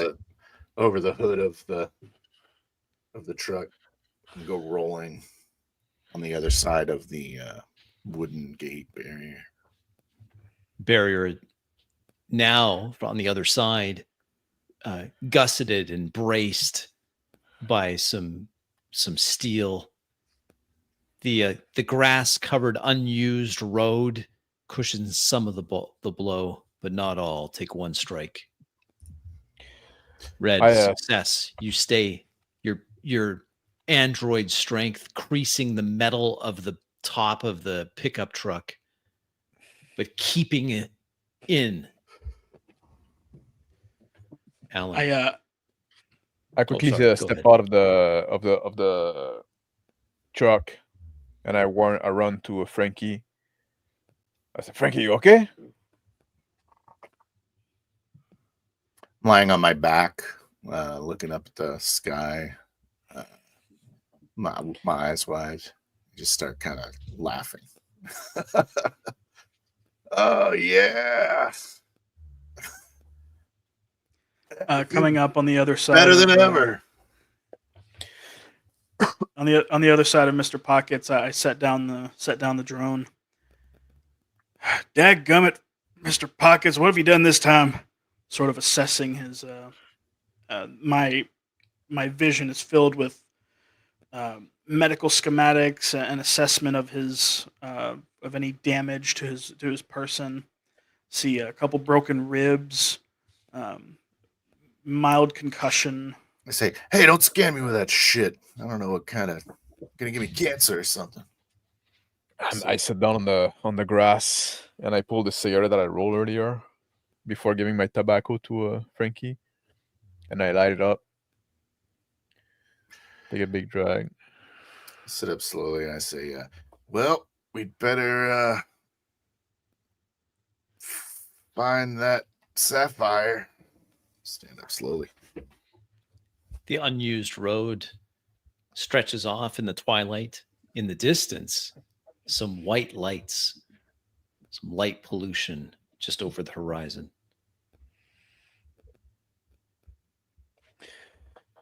Take another like big long drag with a cigarette. Then I stand up, dust myself off. So well, I guess now we're here, right? And Grab they know we're Alan's here. wrist. Grab Alan's wrist and pull myself up. Kind of lean into him and pat him on the back and say, "Yeah, we're already here." I lean down, grab the drone. Mr. Pockets, you want me to leave this with the truck, or should I fire this puppy up and bring her with us? I think it's best you get that gun out, Red. I say, just leave it with the truck. Who cares? Alrighty then. Turn around to take it back to the truck. Maybe we can come by and pick it up on our way out of here. Yeah. I'm sure this can't be that easy.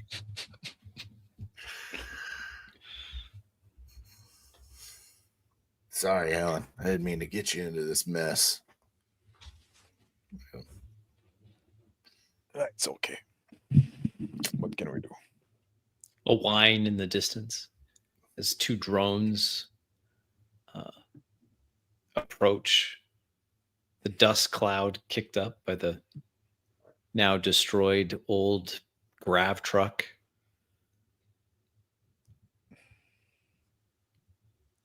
I think we ought to be moving.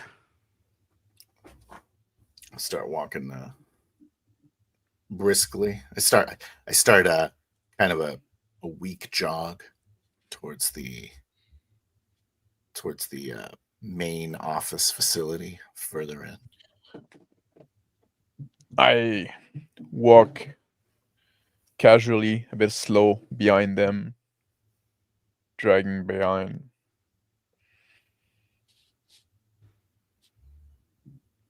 I look back to Alan and say, come on, move your feet now. Sort of attending to Mr. Pockets. Up ahead, some larger buildings illuminated by floodlights pointing up at them, former headquarters. And then a very loud sound of the thrusters of a orbital shuttle landing at the facility. The running lights of the shuttle, sleek, small, like a small landing ship, comes screaming in, flares at the end. The roar, it lands just beyond the headquarter buildings.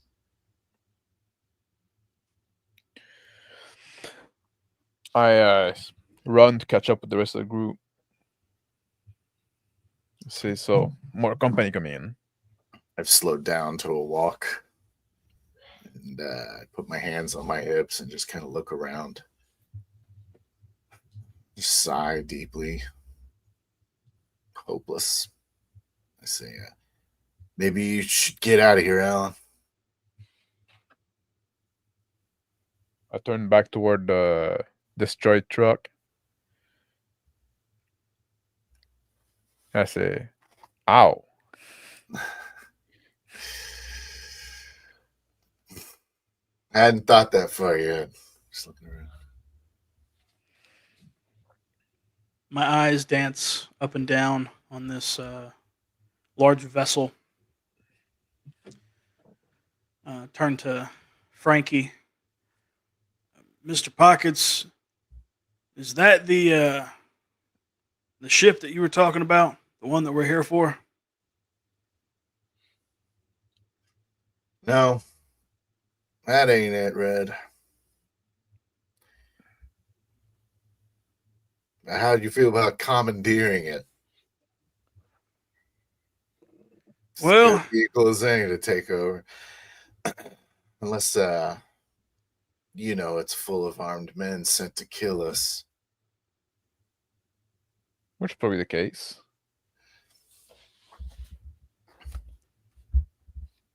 I give a sort of an understanding nod. Well, I reckon we could at least take out a couple of them. Hand sort of resting on my pistol. I start like rushing toward the side. I say, Try to grab Alan before he. That's what I say.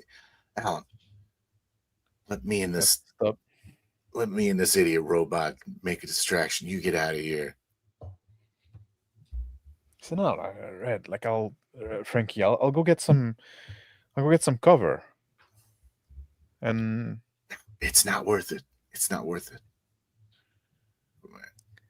The two drones that were screaming through the air heading towards the crashed truck now veer towards the headquarter facility.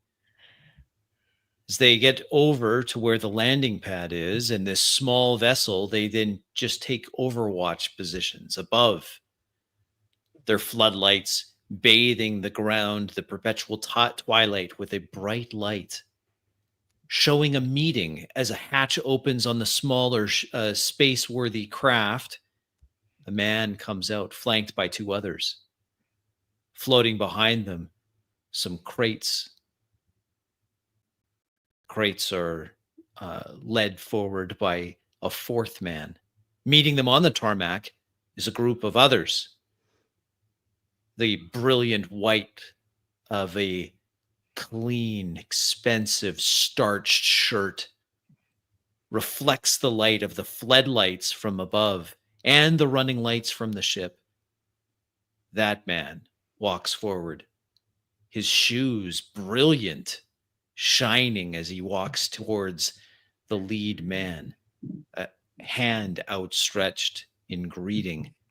They shake as other security personnel hold their weapons at low ready, watching this exchange. So I go hide behind like some mechanical structure.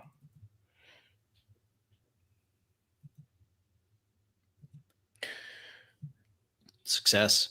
Take some cover Around there. there's abandoned mining equipment just left there, now rusting. Plenty of places to hide. They give vantage point to this exchange, Alan. I'm Clearly keeping an a eye on it. deal going down. Guns in hand. I look over at Red and I say, look out for Alan. I'll be fine. And I go and hide in another location nearby. A couple of barrels off to the side. Red. I Frankie. I stumble as I get to the barrels and start coughing. One of the barrels gets tipped over. It makes a loud sound. Reaction from the meat is immediate.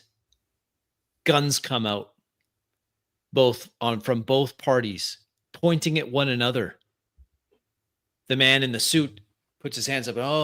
Obviously trying to diffuse the situation. He gestures with his hand impatiently, and two of the security staff of Cabral TSO Acquisitions peel off, illuminating light beams on the end of their subguns, walking in the direction of the sound Frankie has made. Red. Torn between the two, I look back and forth, seeing Mr. Pockets collapsed.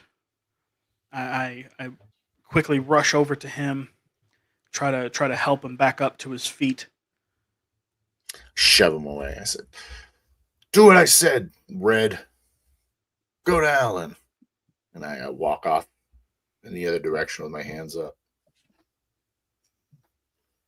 I curse under my breath. and attempt to quickly rush back towards Alan. I see the guard coming closer, and I'm looking for a spot I can move closer so I can get into striking range in melee. So trying to figure out if I can get in their way, in their path, close to their path at least. Roll.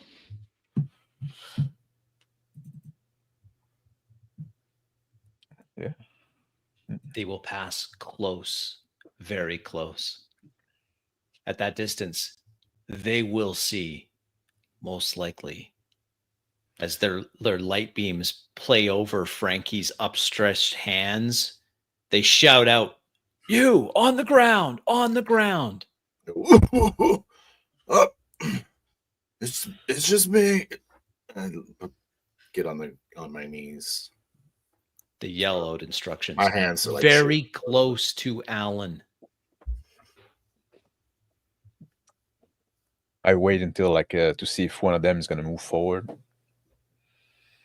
Crunch on the gravel, moving towards Frankie. Just on the other side of some equipment. I'm unarmed. And I jump off my hiding place to grab the guard that is the unsuspecting guard, and I strike him in the back of the head with my the butt of my gun. Roll with Boone from the back. Success. And I can actually do it twice. Yes. With a surprise. With a grunt. And I'm holding him his chest up, right? I'm just trying to knock him down. He goes limp. No longer holding his own weight. From behind, the sound of heavy footsteps as I am barreling towards the other soldier there and attempt to tackle him to the ground. Distances exact, measured by your combat systems now active. A countdown, targeting, roll with Boone. The flashlight just moves off of Frankie in time to catch Red streaking towards him. The flashlight moves for a second, and then I'll make one of those a 5. Success. Air leaves his lungs as a humanoid figure, much heavier than he ought to be, slams into him. With a crack, he falls to the ground, his light going out. My hands go down as my eyes adjust to the darkness again. Try to see what's going on. Alan. I drag the... Sorry, go ahead. Underneath Red's body, a wheezing sound as the lead guard sucks air, trying to reinflate his lungs. I drag the guy that I have in my arm back behind some equipment, him being unconscious, and I put my gun away in my waistband and take his, turn the flashlight off.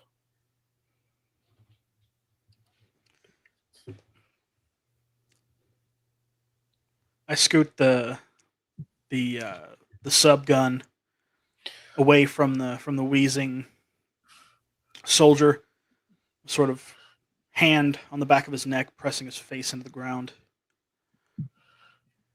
You stay right there. Mr. Pockets, how you feeling? My eyes are adjusting and just watching Red hurt this man.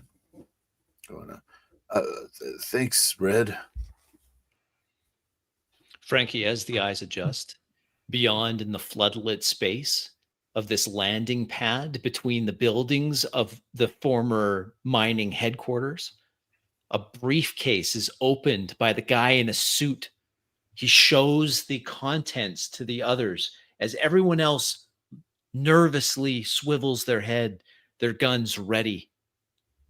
The man is shown the suitcase. He nods once. The suitcase is closed and handed over to him.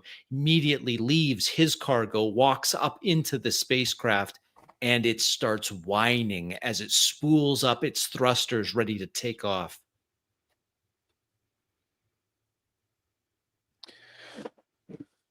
I move toward the trying to remaining hidden, moving toward the closer to the building, closer to the scene. I move like a shadow,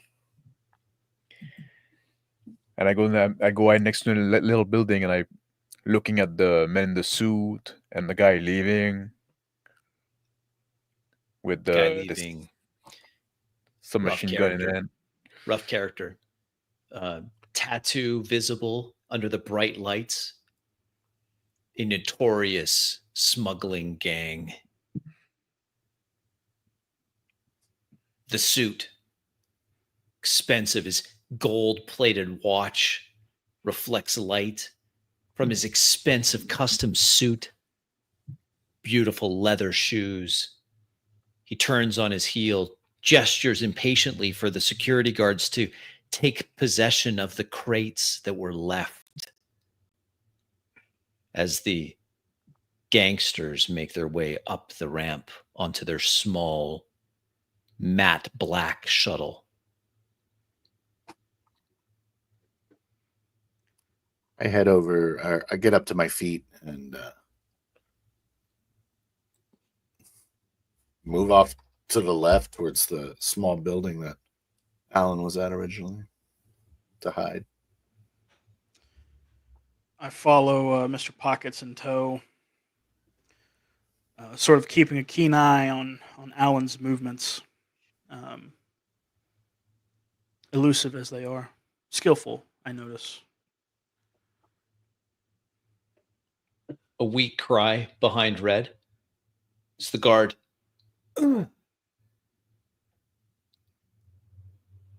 Mr. Shear! Mr. Shear! He calls out weakly. It's drowned out by the whine of the shuttle's thrusters and the drones up ahead, overhead, still shining their floodlights down on the exchange. Red. I walk back over and elbow the guy in the back of the head, trying to knock him out. Roll with Boone. Success. His head smashed into the ground. Lights out. I look to Mr. Pockets. Sort of chuckle. How do you feel about a disguise there, Frankie? Sort of looking at the getup of the two soldiers. I just look at him a little lost for words, some fear in my eyes.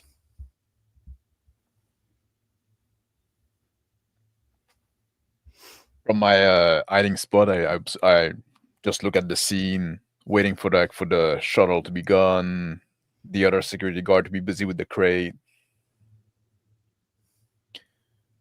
Not too sure how to act next. With a whine, the orbital shuttle takes off, blasting up. As soon as it's 100 feet above the ground, all of its running lights turn off. And then with just the bluish plume of its thrusters, it rockets higher. A sonic boom as it builds speed, climbing out of atmosphere. The drones stay overhead, illuminating the cargo, which is now moved into towards one of the buildings.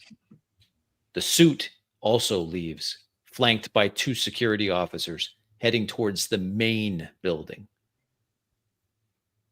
Cover my eyes watching the black shuttle take off.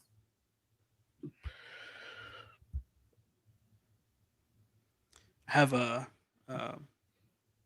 the jacket of one of the soldiers in one hand, and one of their helmets in the other. Take off my cowboy hat and replace it with the helmet, sort of barely fitting, a little bit too big. The jacket as well, just a little bit too big.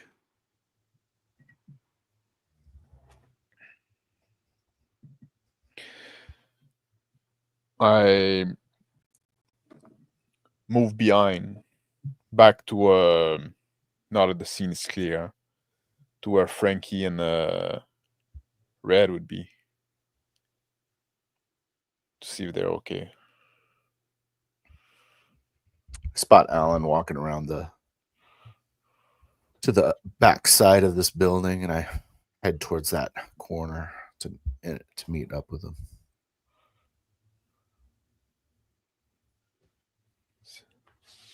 What's up? I don't know if we're lucky or unlucky. I'm just like looking around. Say, whatever's in those crates, probably pretty valuable though. Not that I think And we're they probably- already. Yeah. They probably don't want to know people that they have that too. So it seems very highly illegal. I walk up with another helmet, another jacket in hand. Say, oh, well, hey there, Alan. How's this for an idea? And I sort of hold up the clothing. I look at Red, the clothing, and I look at Frankie.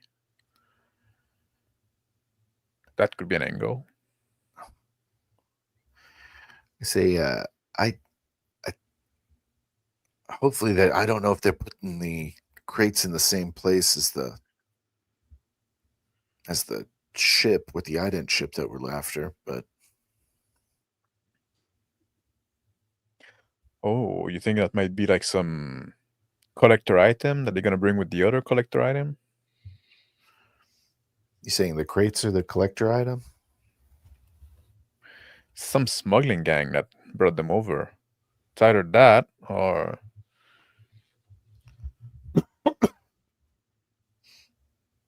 drugs. Who knows?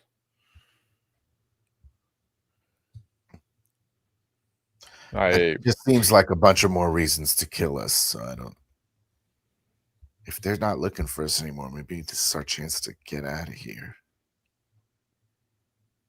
We'll need a ride though. Yeah. I peer around the corner to look for any vehicles around. Does that ring a bell?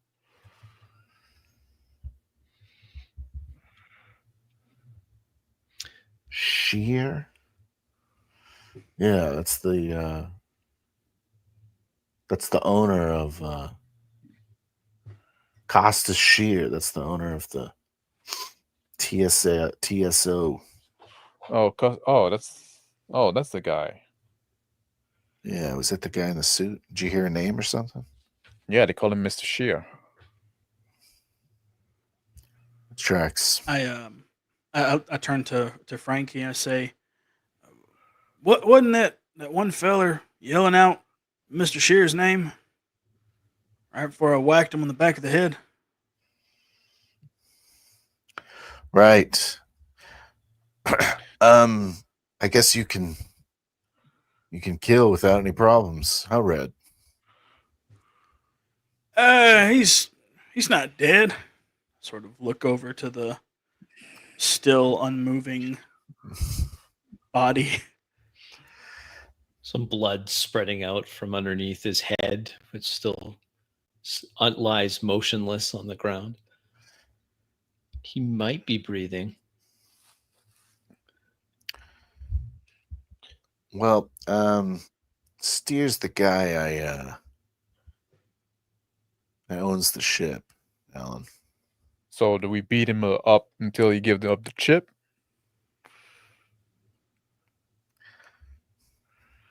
Do we I try don't to know. blackmail him? Do we I try don't to know make a much trade? about him, but he probably doesn't like to get beat up. Well, maybe it's worth a shot. Some people like it. We could always just take the ship. We don't want the old ship, though. We need a ride out of here. We do need a ride out of here. I think he's just got it up on blocks over there. I don't know if he's keeping it operational. Sort of a hobby thing for him, I think. But we can certainly figure that out once we get inside. I point to the main building where Shear went. See, inside there. And then I point to the other building where when they brought the crate, or inside there. The two buildings markedly different. The headquarters building where Mr. Shear entered, a glass tower office building. The other building, a large warehouse. Ship could be that warehouse. That's what I put my money on. I think you're right, Alan. But we know there's going to be at least 2 guard there, the one that brought those crates.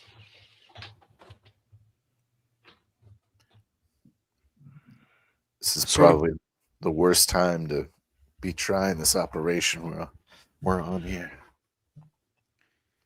Sort of gesture to the guard clothes.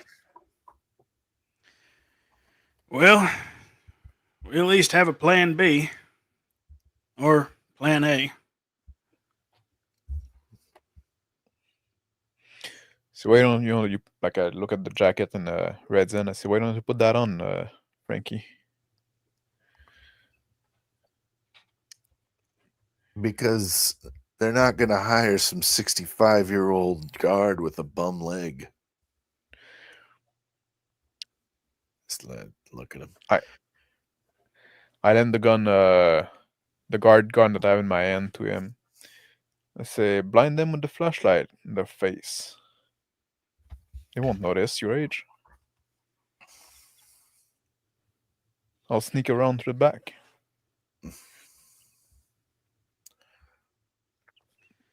I don't like it, Alan. Sort of stand off to the side, looking over the area. How about this? Why don't you put it all on, Alan? And you and I act like we're taking Mr. Pockets here to be a prisoner, or what if he's been commissioned to overlook the ship? We try to take that slant. At least get in that way. They got my face. They know I And was they, here. Yeah. And they're hunting me, so it makes sense that they would have me. As a prisoner, though, I don't know about an employee. So we could try pretend that we found you. We found the guy sneaking Sure. around. Yeah. But they know that you're not alone.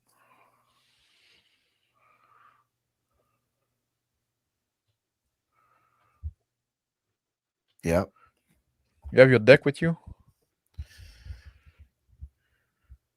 I left all that stuff in the truck when I made my hasty exit. go back there to it. Probably should just keep walking. Walk back to civilization.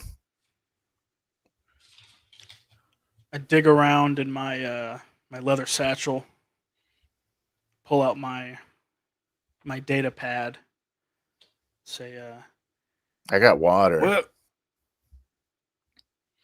One of the helmets speaks. Hey, Marley. Marley, quit messing around. Why are you still out there? And is Aldridge still with you? He's not picking up. Marley, come in. Speaking through the helmet comm system. I put my hand like over the helmet before Red can talk to it inside. I say, they call each other by first name. They'll know we're not them. Marley, you better answer. Hey, listen, the boss is all uptight. He says he's expecting somebody any minute, ready to complete something he's working on. It has to do with that ship. Marley, hello? I press the button on the side of the helmet. Click. Say, yes, Marley here. Marley, why do you sound so funny? And my What the hell are you doing, Red? my voice changes to sound like the sort of the wheezing voice of the one that I knocked out. I say, sorry, got into a bit of a scuffle. It's all clear though. You said the boss was expecting someone? Wait, Scuffle, Marley, where are you? We'll send some guys over. I got Whitfield and Hargreave are both in the hangar. Listen, I got to stay here. The boss is really nervous. Where are you? Are you still out in the field kicking cans? No, we took we found somebody, but we got him out by the main gate.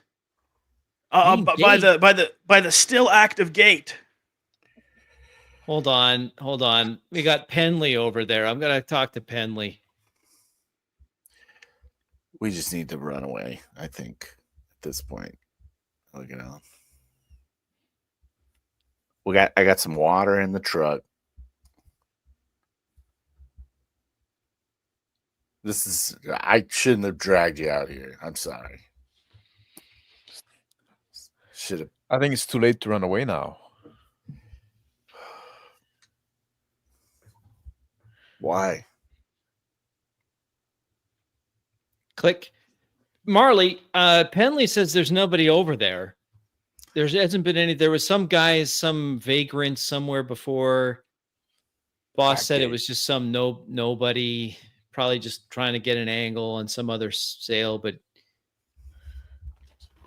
I rip out the communicator microphone. Rips out.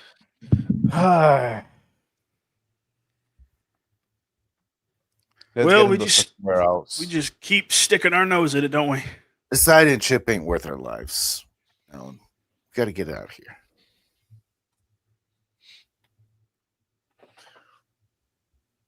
Out of the main office building. I start just walking towards the truck. Behind from the hangar, door opens. Two men come running out. The main office building, front door opens. Another two men come out, armed. I start running after Red, after Frankie.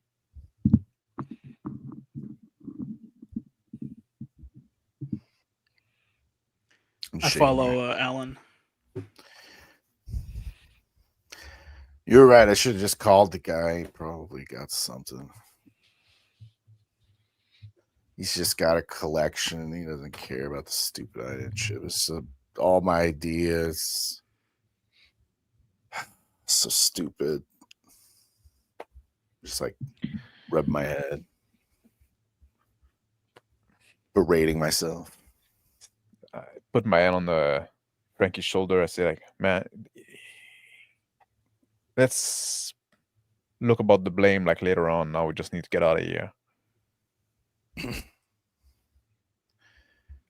Like I'm 30 years old again.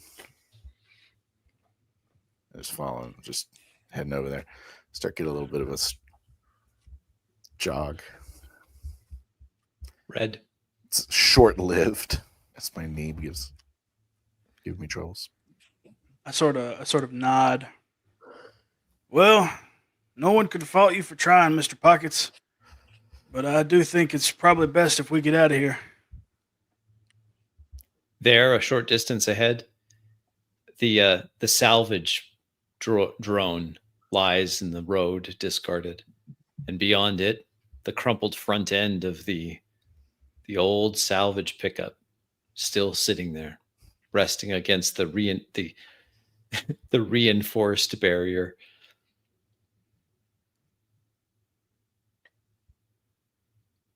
I walk by the truck, and I just like turn around and look behind. My rifle ready. Walking up to the truck, I try to open up the car door. It's stuck, and I finally yank it so that it opens. Try to looking for my knapsack to grab it. There, I kneel down in front of the salvage drone, sort of looking it over. status light shows green. I grab my my connector port, place it on the port of the drone. Try to The drone connect powers up. myself. Try to connect myself to the drone. Roll with Boone. Yeah, success. Drone comes up online. Not all systems complete. Small anti-grav motor fires up, hovers off the ground. In the distance, flashlights play across the grass. Security men now running towards or down the road towards the truck. I turn the flashlight on the gun on, and I raise it in front of me, and I yell,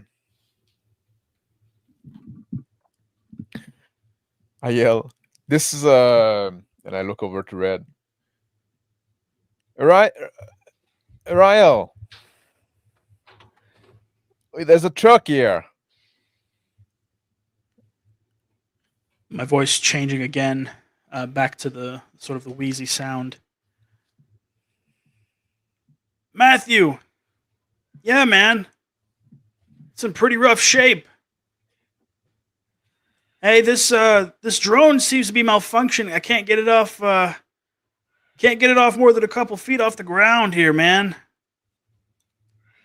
The flashlight see, keep bobbing as they run towards you. There's a dead old man What? too in the truck. Man, What the hell are you guys doing? The two of them. poor bastard. Probably what set off all the alarms. 4 men come rushing up. Their flashlights on their side, on their sub guns, bobbing as they come up. Marley, in the darkness, they're trying to see the flashlight from Alan interfering with their night vision. Hey, wait, is that you, Marley? Yeah. Well, you're not answering your communicator. What happened? I got a malfunction. Oh man, This is the worst night you could have a malfunction. They're now a short distance away, closing. Like the old man in the truck, he got a deck with him. He probably like messed up with it. Old man, well, you said that the old man's dead. Reach into my knapsack and grab a taser. Keep it handy as I move and then move behind the truck. Flashlight's now close, playing towards Alan and Red and the truck as the four come up on the road. Hey, wait. You gotta check this out. I mean, it sounds like Marley, but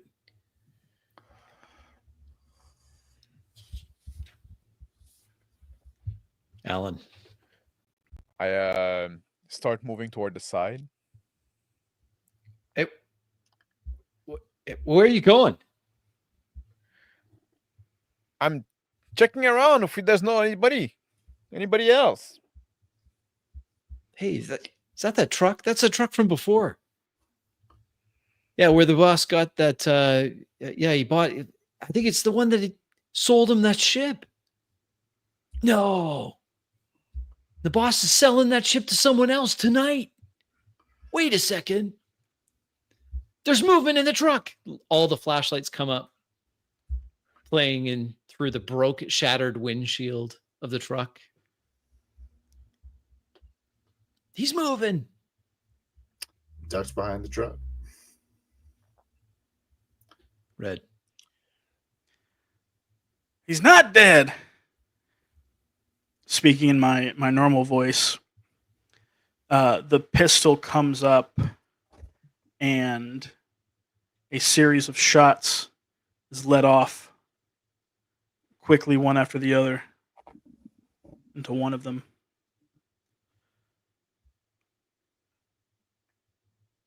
Success. One of the flashlights immediately falters. Alan. Three others there. I shoot at one of the guy with the rifle. Success. Another. It's pandemonium as they light up. The two that are injured, struggling to get their rifles to bear. One on Red, the other on Alan. Missing Red. Missing a 3, Alan.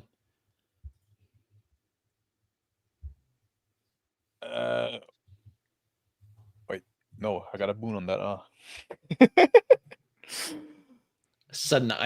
sudden sharp, fiery pain. 1 strike. The other 2 light up the truck, spraying it.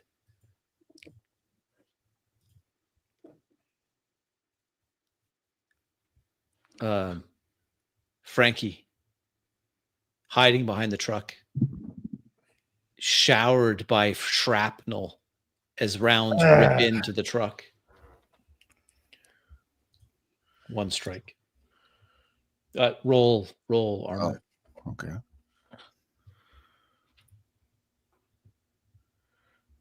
One strike.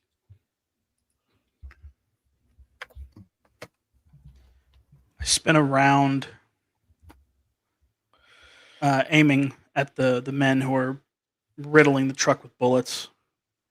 Let off another round or 2. I'll make that extra one a 5, which allows me to confirm another crit. 2 go down.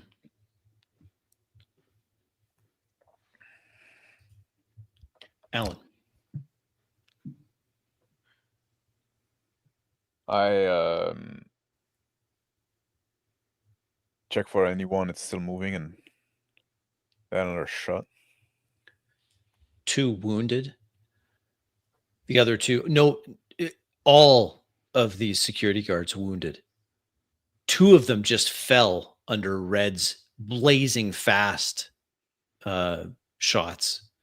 reflexes. One of them that is standing straight in the face. It's a headshot. It goes right. The round goes right through his helmet. He falls.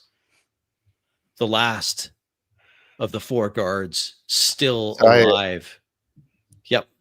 Yeah. Frankie. I just let out a guttural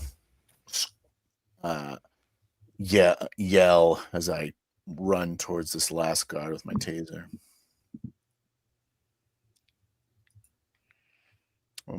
I'll confirm it. Stunned. He drops his gun from his wounded arm, falls to his knees. I'm like laying on top of him. You feel better now? Get up on my knees. Covered in blood, my face.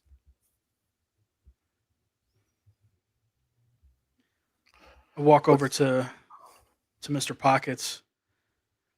Say, Frankie, dadgummit, you are bleeding like a stuck pig. Don't you fucking scan me, Red. I don't need to scan you to see how messed up you are. I go to Frankie. I say we need to find a ride to get out of here. Now we're in deep.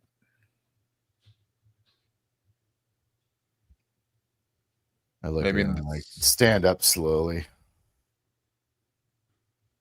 I say, I'm the one with the bum knee. I just put my knapsack over my shoulder, start walking off into the wilderness. All right, let's end it there. That seems like a decent place to end it.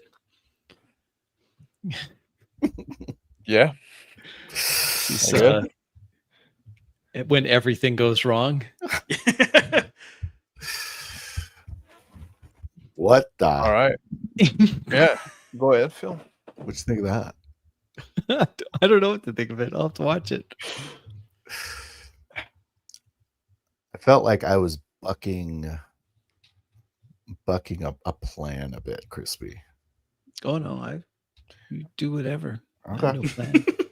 That you were bucking up a plan? What do you I mean? was bucking against Crispy's Oh, desires. No. All I know is what the guy was doing with the ship. Okay. yeah. So I had written down that because I had told you before, because we had decided that you were going to try to go for the ship ident, right? The Sapphire. Yeah. So all I had written was that Costas, whatever the guy that bought it, that he had that ship at that facility and he was reselling it to someone else after he was modifying it. So that's what I had written. So that's what he was doing. He was selling that ship. So that day, though. Well, I mean, that was kind of push. That's a push for sure. Yeah. But yeah. Well, so it was like I was wanting to do like a recon mission, and it turned into this like huge bad luck scenario where we stumbled into a huge deal. Yeah. And it also like one of those cases like where like there's you arrive in the situation and you feel like there's no, just like that's a dead end, right? There's no path forward. So at some point just like okay, we're gonna fucking get out of here. Mm-hmm. Yeah. Yeah, because I went for it, and then there's a steel gate making me die almost. Yeah. You did roll like shit, don't you? Yeah. I rolled a was crit roll. one. Yeah. I rolled a 6 first. You did. Oh really? Oh. It found it. That's why it found the path. Yeah. But yeah. Oh. That's fine. Yeah. I can't roll 6s all the time like you. Max. Like me? Yeah. I didn't roll that many. Yeah. I feel like I rolled the best out of all of us. Maybe. Me? I forgot on my first roll. I forgot that I had a boon on stealth again. Mm. I Oh, was wondering really? if you had a boon on stealth. Yeah, I don't know why. Like I knew, but I forgot to roll it. I guess That would have made a big difference You're supposed to be a maybe super maybe thief. not. if you Yeah. hadn't been spotted by the drone. Yeah. Then there would have been no Well, pursuit. That's Frankie what I'm saying. was always already spotted. Yeah, Frankie was. I felt like I had a hard time getting back into this character, to be honest. Mm. Yeah. Like it Probably didn't better to feel like just start Alan. with something new. I really enjoyed role playing my character a lot. Well, that's good. Well, I enjoyed the relationship, and like for me that was interesting to deep like a little deeper into Alan's past, and with somebody like from his past that are coming back and stuff like that, right, on his own world. So I was looking forward to that, but it's like I don't know, just like getting in the right mindset, like getting the snark, getting the quick comeback, the little like Mm. I feel like I didn't have it tonight. The devil Mm. may care attitude. Yeah, Mm-hmm. Yeah. Mm-hmm. yeah, maybe a little bit toward the end, but Sure. I enjoyed myself. I had fun. Yeah, Yeah. that's good. Yeah. That's good. Well, I know it's a work night, school night. I think we went a little longer. I was like, I feel if I call it here, then they'll say that they didn't have enough chance to do something. yeah, but I wanted to hear like your view on that, Crispy. Yeah. So I felt that to me it felt a little slow at first. Like there just wasn't much for me to react to. So what I was doing was I was just trying to play a little bit with Red's background, and because I do recall there was in our session 0 there was some talk about how there was going to be some modifications to Red, and that we wanted to play through that. So I was like, oh, okay, well, it would be interesting. How are we going to play through if I have flashbacks? So I was experimenting with that a little bit. That's when Uriah was doing that. Okay, yeah, this is unprompted. This comes to a memory, a dream, something comes up. Just something that if you wanted to, you could interact with it. You didn't have to. And then the whole thing with the ultra low wave, carrier wave. Well, that's just to play with that. Hey, somebody might be looking for me. Are they looking for me? Chance for maybe to go into where Phil had said he's going to do some modifications to Red, like maybe take away the programming that he had from his background as an entertainer on the Western themed ship. I thought this is where the session would go. I thought we were like, oh, maybe we're gonna delay like going after the ship. Yeah. And just interact with that. That was kind of Crispy did that. So I'm like, okay, we're driving off, and Crispy's like, and you're driving to the mine. I was like, well, I didn't know. Like you're driving off. I'm like, you didn't give me a direction. Yes. Like, where else? I wanted to talk about that, Crispy.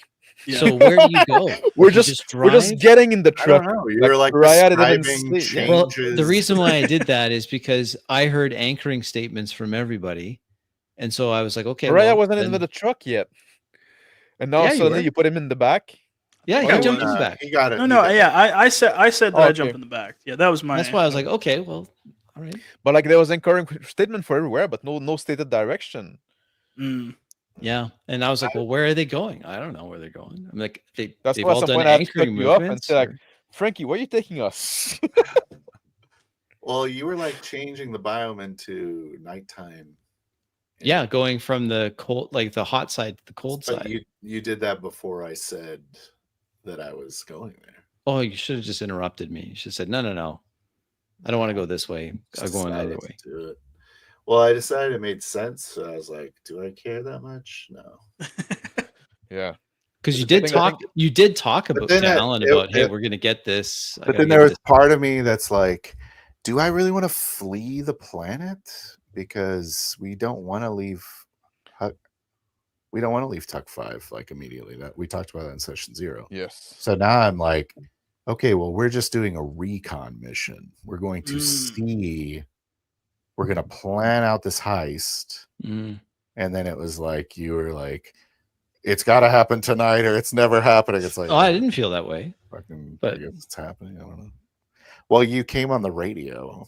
You're like, he's selling the ship tonight. It's not going to be here after Well, tonight. Yeah, that Wow, that we can was always, because like, I was get like, it well, from we've the- gone this far. I guess that makes sense. We can always get it from the new buyer too. You Maybe can that's get gonna it be from like the new a buyer. It's Mhm. true. yeah.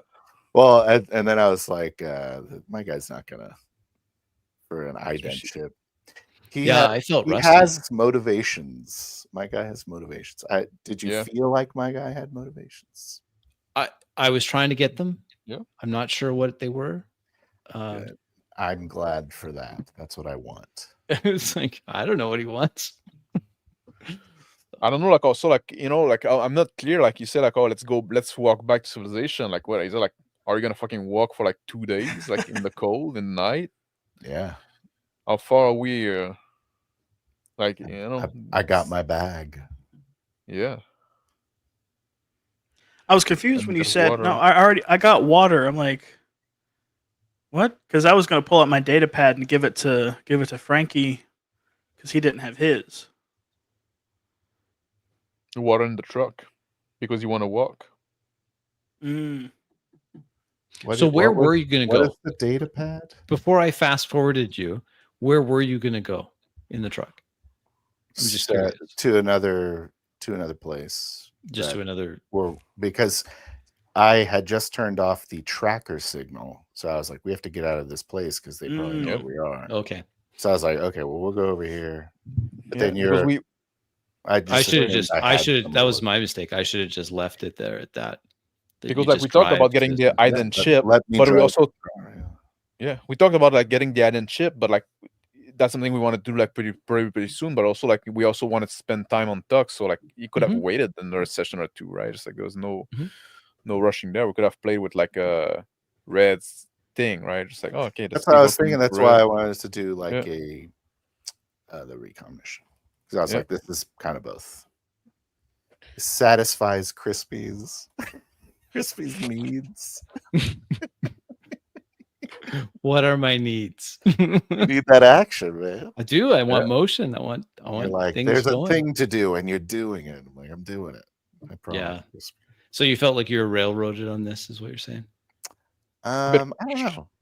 Yeah, a little bit. Yeah. Because like we had a plan, and then it was like everything fell to shit, and it's like your plan's shit. And then it was like, okay, well, this is happening. If you don't get the ident chip now, it's over. You better get in there. And then it's like, well, I don't really want to get the ident chip. And then you're like, hey, that plan Uriah had, it's totally viable. Like we hear that on the comms. You're like, the boss is expecting someone. It's like Uriah thought. So I don't know. It just felt like you were trying to feed us a little bit into what's next. I'm sorry, Chris. Like No, for me, it's it was all like- good. I should probably take a break. No, I'm an asshole. I'm sorry. Well, I appreciate you coming back and playing, and Oh thank my you, God, Uriah, for Crispy, joining us. no. Yeah, absolutely. And we'll Crispy, call it here. I had Yep. a lot of fun, Crispy. I just wanted to You're know that. pulling my leg. Yeah. No, I really enjoyed it. No, I'm being an asshole. I'm sorry. It's all good. It's all good. It's It's fair not. criticism. It's I'm absolutely sure you're fair. gonna rewatch it, and if We'll we're wrong, rewatch it. And yeah, Yeah. Yeah, absolutely. that's why we do Actually, this. Yeah. I'm sorry. No. It's all good. So thanks for watching. Those that watched it live, we had a few people that commented. Ear Trumpet even threw some money at somebody. Thank you for that. That's $1 great. Australian. Yeah, and we'll look forward to the next session, whatever that looks like. So, and whenever that is. So that'll be interesting to see. Ideally, it's Tuesday, Chris. Yeah, next week. I'm We'll see. We'll see what I'm happens. enjoying the session. Yeah. We'll keep the ball rolling. Yeah, there we go. Thank you very much, and we'll catch you next time. Thanks. Take care. Bye. God bless.